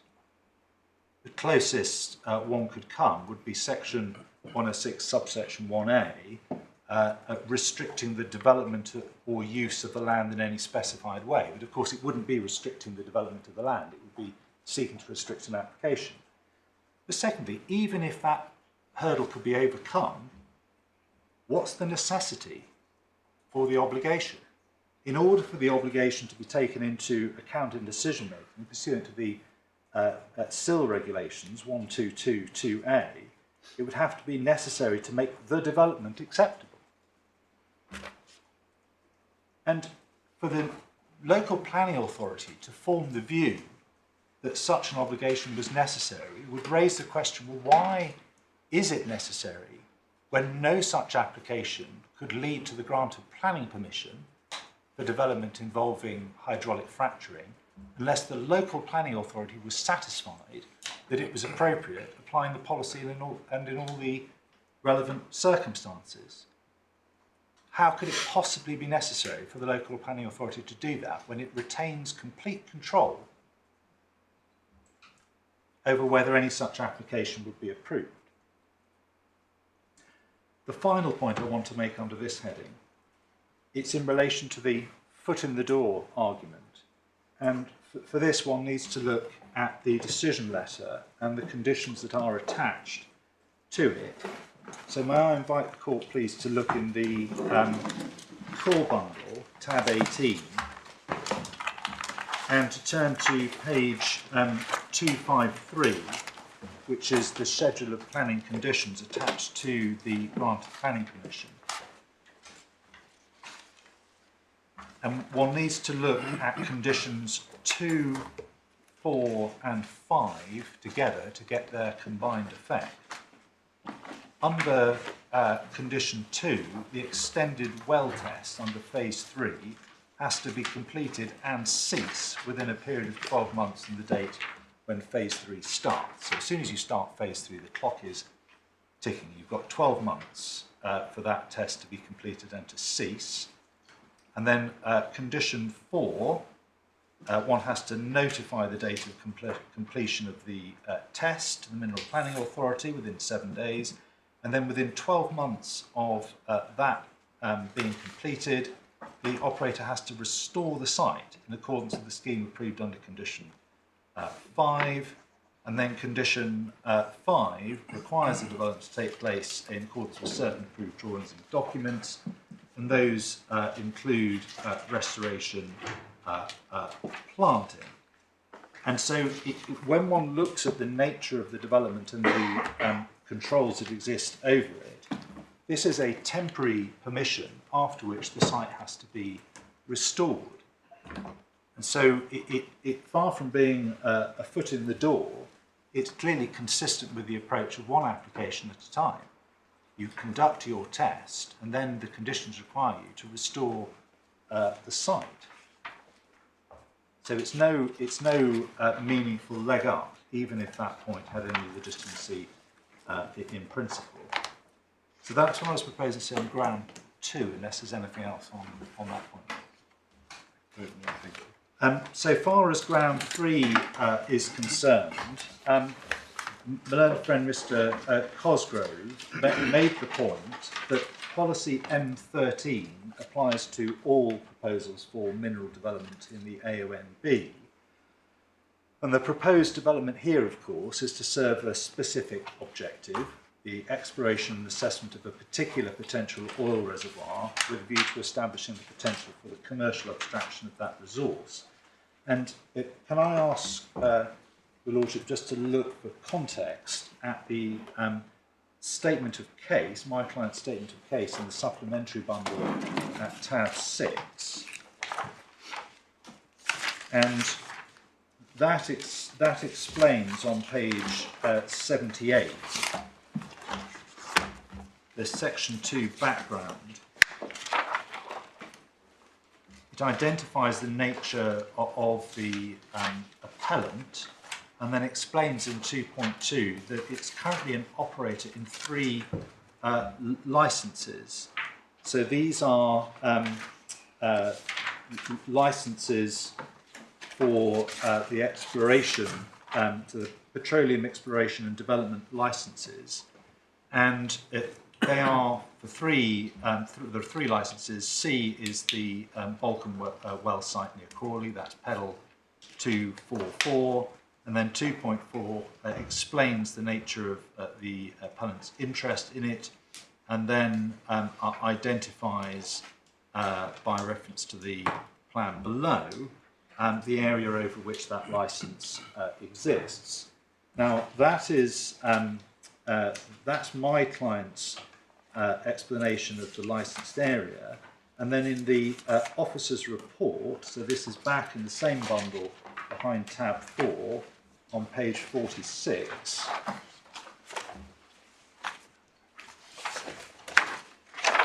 there is a heading halfway down, alternative sites, question mark, and paragraph 932 explains for oil and gas, options for consideration of alternative sites are limited to those that can tap into the identified reserve. As operators can only explore within the area of their licence, it's considered reasonable to limit evaluation of alternative sites to a single licence area, and then goes on to explain how that relates to the application site, and also if one goes down to 934, it deals with the benefits of this particular site because of its background and the work that's already taken place. And then right at the bottom, towards the end further, the licence area is almost entirely within the AONB, so it's likely that alternative sites that could access the target reservoir would also need to be located within the AONB. Now, my Lord, in applying policy M13, we say it's not only lawful to consider that specific context, but it's also entirely appropriate, and for the reasons that the judge below identified at paragraphs 38 and 39 of the judgment, entirely necessary. We say that is supported here by the fact that policy M13 also felt to be applied alongside and in the context of M7A Little Roman 2, which contains specific guidance on consideration of alternatives in the context of applications for exploration and appraisal of hydrocarbons.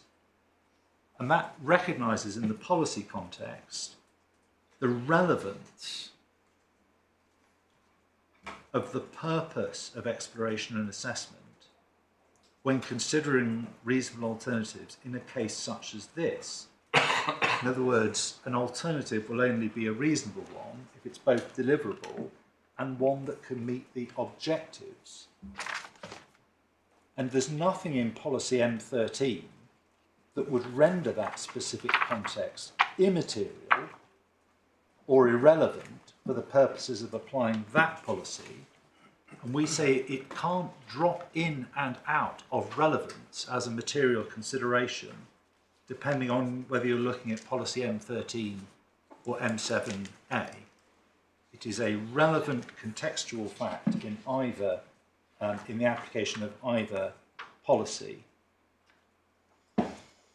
And we have identified in our skeleton argument, and I won't turn it up, but at paragraph 55, the fact that the consequences of the alternative interpretation, i.e. effectively ruling out exploration and appraisal within the AONB, because there will always be somewhere else where the mineral might be explored outside the AONB. We identified that in our statement of case before the inspector, and it was reflected in the local authorities officer's report, and we've given the references in that part of the skeleton.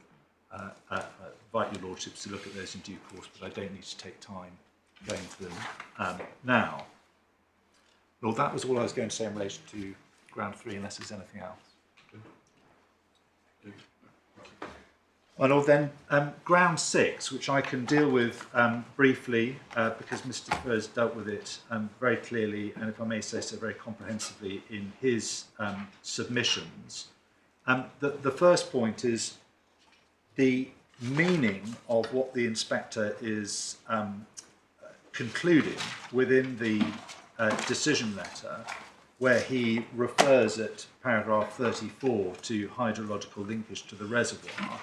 We say that when that is read in the context of the evidence, it's clear that it was concerning the direct hydrological linkage in the sense that was referred to in my client's statement of case and the EA's correspondence on this issue. And if that is right, if that's what the inspector was referring to, then not only is there no issue of any error of fact, but that fact is entirely uncontested. And if your lordship would go, please, to my client's statement of case, this is tab 6 in the supplementary bundle at page 109. We looked at this a moment ago, but it's paragraph 9.9.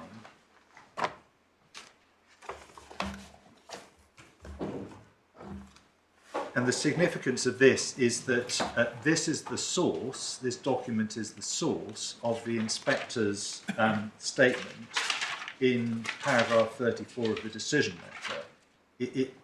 Paragraph 34 refers to the HRA as being the source, but in fact, it is this statement in the statement of case. Nothing turns on that, because I've said the point as it's expressed here, which is the direct hydrological linkage, is not controversial. I'm sorry, which paragraph? This is paragraph 9.9 of the statement of case and paragraph 34 of the inspector's decision letter. Yeah. Just a small point, I mean, no matter. The word used in 9.9 is hydraulically. Yes. But the inspector, I think correctly, said hydrologically. Is that right? My lord, yes. The terms, if I may say so, are used slightly interchangeably and I think loosely in different documents. So the Environment Agency, they use the term in their email. This is in the supplementary bundle, tab 7 at page 168. They say not a direct hydraulic connection. My lord, I'm no engineer, but I suspect hydrological is correct. Hydraulic is probably the wrong term in the context. But it's clear from when one looks at what is being discussed, and in particular, paragraph 9.9 of the statement of case, what is being looked at is whether water can flow from the site to the reservoir, and the answer no, it can't, because it would have to go uphill. So there's no connection direct in that sense. And that is why I say there's no significance to the difference. The inspector uses the right term, but the underlying phenomenon that they are addressing is clearly the direct linkage through flow from the site into the reservoir without the intervening use of the river and the pumps. And so when the decision letter is referring to there being no hydrological link, it's clearly referring to what's said and meant in the statement of case, which was consistent with the way the EA describes it, although they put it as no hydraulic link. So it's plain, I say, that when one understands that statement in the context of the evidence, there's no error of fact. It's actually an uncontroversial and separate issue. The issue at the heart of the appellant's concern, as was made clear in the document that you've been, I'll take you to it, it's tab 7 supplementary bundle, page 123, and it's the 4th paragraph up from the bottom. The issue is about the indirect link. So it's a different issue, and it depends, as Mr. Defer has explained and as we explained in our skeleton argument, on the contamination first getting into the watercourses, which the inspector considers and said there's no unacceptable risk, and that's the end of the point. Once it's concluded that the tributary can't be is not going to be contaminated, what happens downstream of that then simply falls away, and the inspector's conclusions on that risk, that is the risk of surface water contamination of the tributary in the River Ouse, that's not criticised as being unlawful. It's clearly something that was capable of being reached on the evidence. Mr. Defer has identified helpfully what is said in the evidence documents in relation to that. The only other point I would identify, and we don't need to go to it, is that there was, of course, a screening opinion in this case, which specifically considered the potential for water pollution. It's in the bundle, it's supplementary bundle, tab 1, pages 6 to 7, and I'd ask the court in due course to look at items 6, 10 and 14. Sorry, just the page reference again. Pages 6 to 7, so 6 and 7, items 6, 10 and 14, and in particular item 14, which considers inland waters that could be affected, notes the distance to the reservoir and says no likely significant effects anticipated because the site's impermeably sealed and bunded and potential impacts on surface and groundwater are controlled through planning and environmental permit processes. So a consistent understanding of the position from the screening opinion through to the decision letter. So, my Lord, that's all I was proposing to say on ground 6, unless there are any questions. Okay, thank you very much. So those are my submissions. Are those the submissions for the second respondent? Those are the submissions to the second respondent. I'm afraid my duty doesn't follow on this occasion, but No. I'm mindful of the time that we can Well, reasonably I'm very expect sure that to he allow. has contributed significantly to the preparation of the submission. I can confirm that. Well, let's just take stock. Mr. Wolf.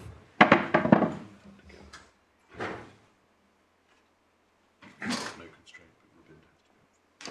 Yeah, understood. One member of the panel at least needs the court to rise at 4:30. So, Should we try? well, I do not want there to be any pressure. How do you feel Well, about Lord, I'm not entirely clear, I'm not entirely sure, sorry, that's the wrong word, what Ms Perret will say, because we've discussed it a little bit in the course of the discussion, but not hugely. I will probably be 6 or 7 minutes, and I hope she can deal with the rest of the time. There must be no question of you feeling under pressure. That's the most important thing. I'm grateful. I mean, if we need to come back in the morning, we can come back in the morning. Can we see how we go? Let's see how we go. But I mean, the alternative is to stop now and come back for what might be slightly more than 12 minutes. No. Let's see. I'm being asked to... Take instructions.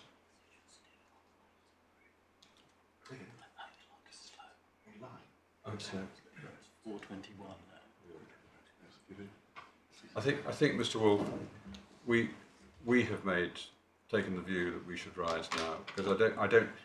Even if you say now that you won't feel under pressure, that may change, and Okay. we don't want that. I'm happy with that. I'm happy with that. Let's come back in the morning, because this was done for a day and a half anyway. There's absolutely no need to put either you or Ms. Perret under pressure at this stage or any stage. So we'll come back in the morning. 10:30. This for the help of those who might be contemplating travelling or not travelling. The live stream arrangements will continue tomorrow, so you can watch the hearing live on live stream if you do not wish or are unable to attend the hearing tomorrow. Right, nothing else now? Lord, no. No, fine. All right, well, we'll start again at 10:30 in the morning. Thank you very much, everybody.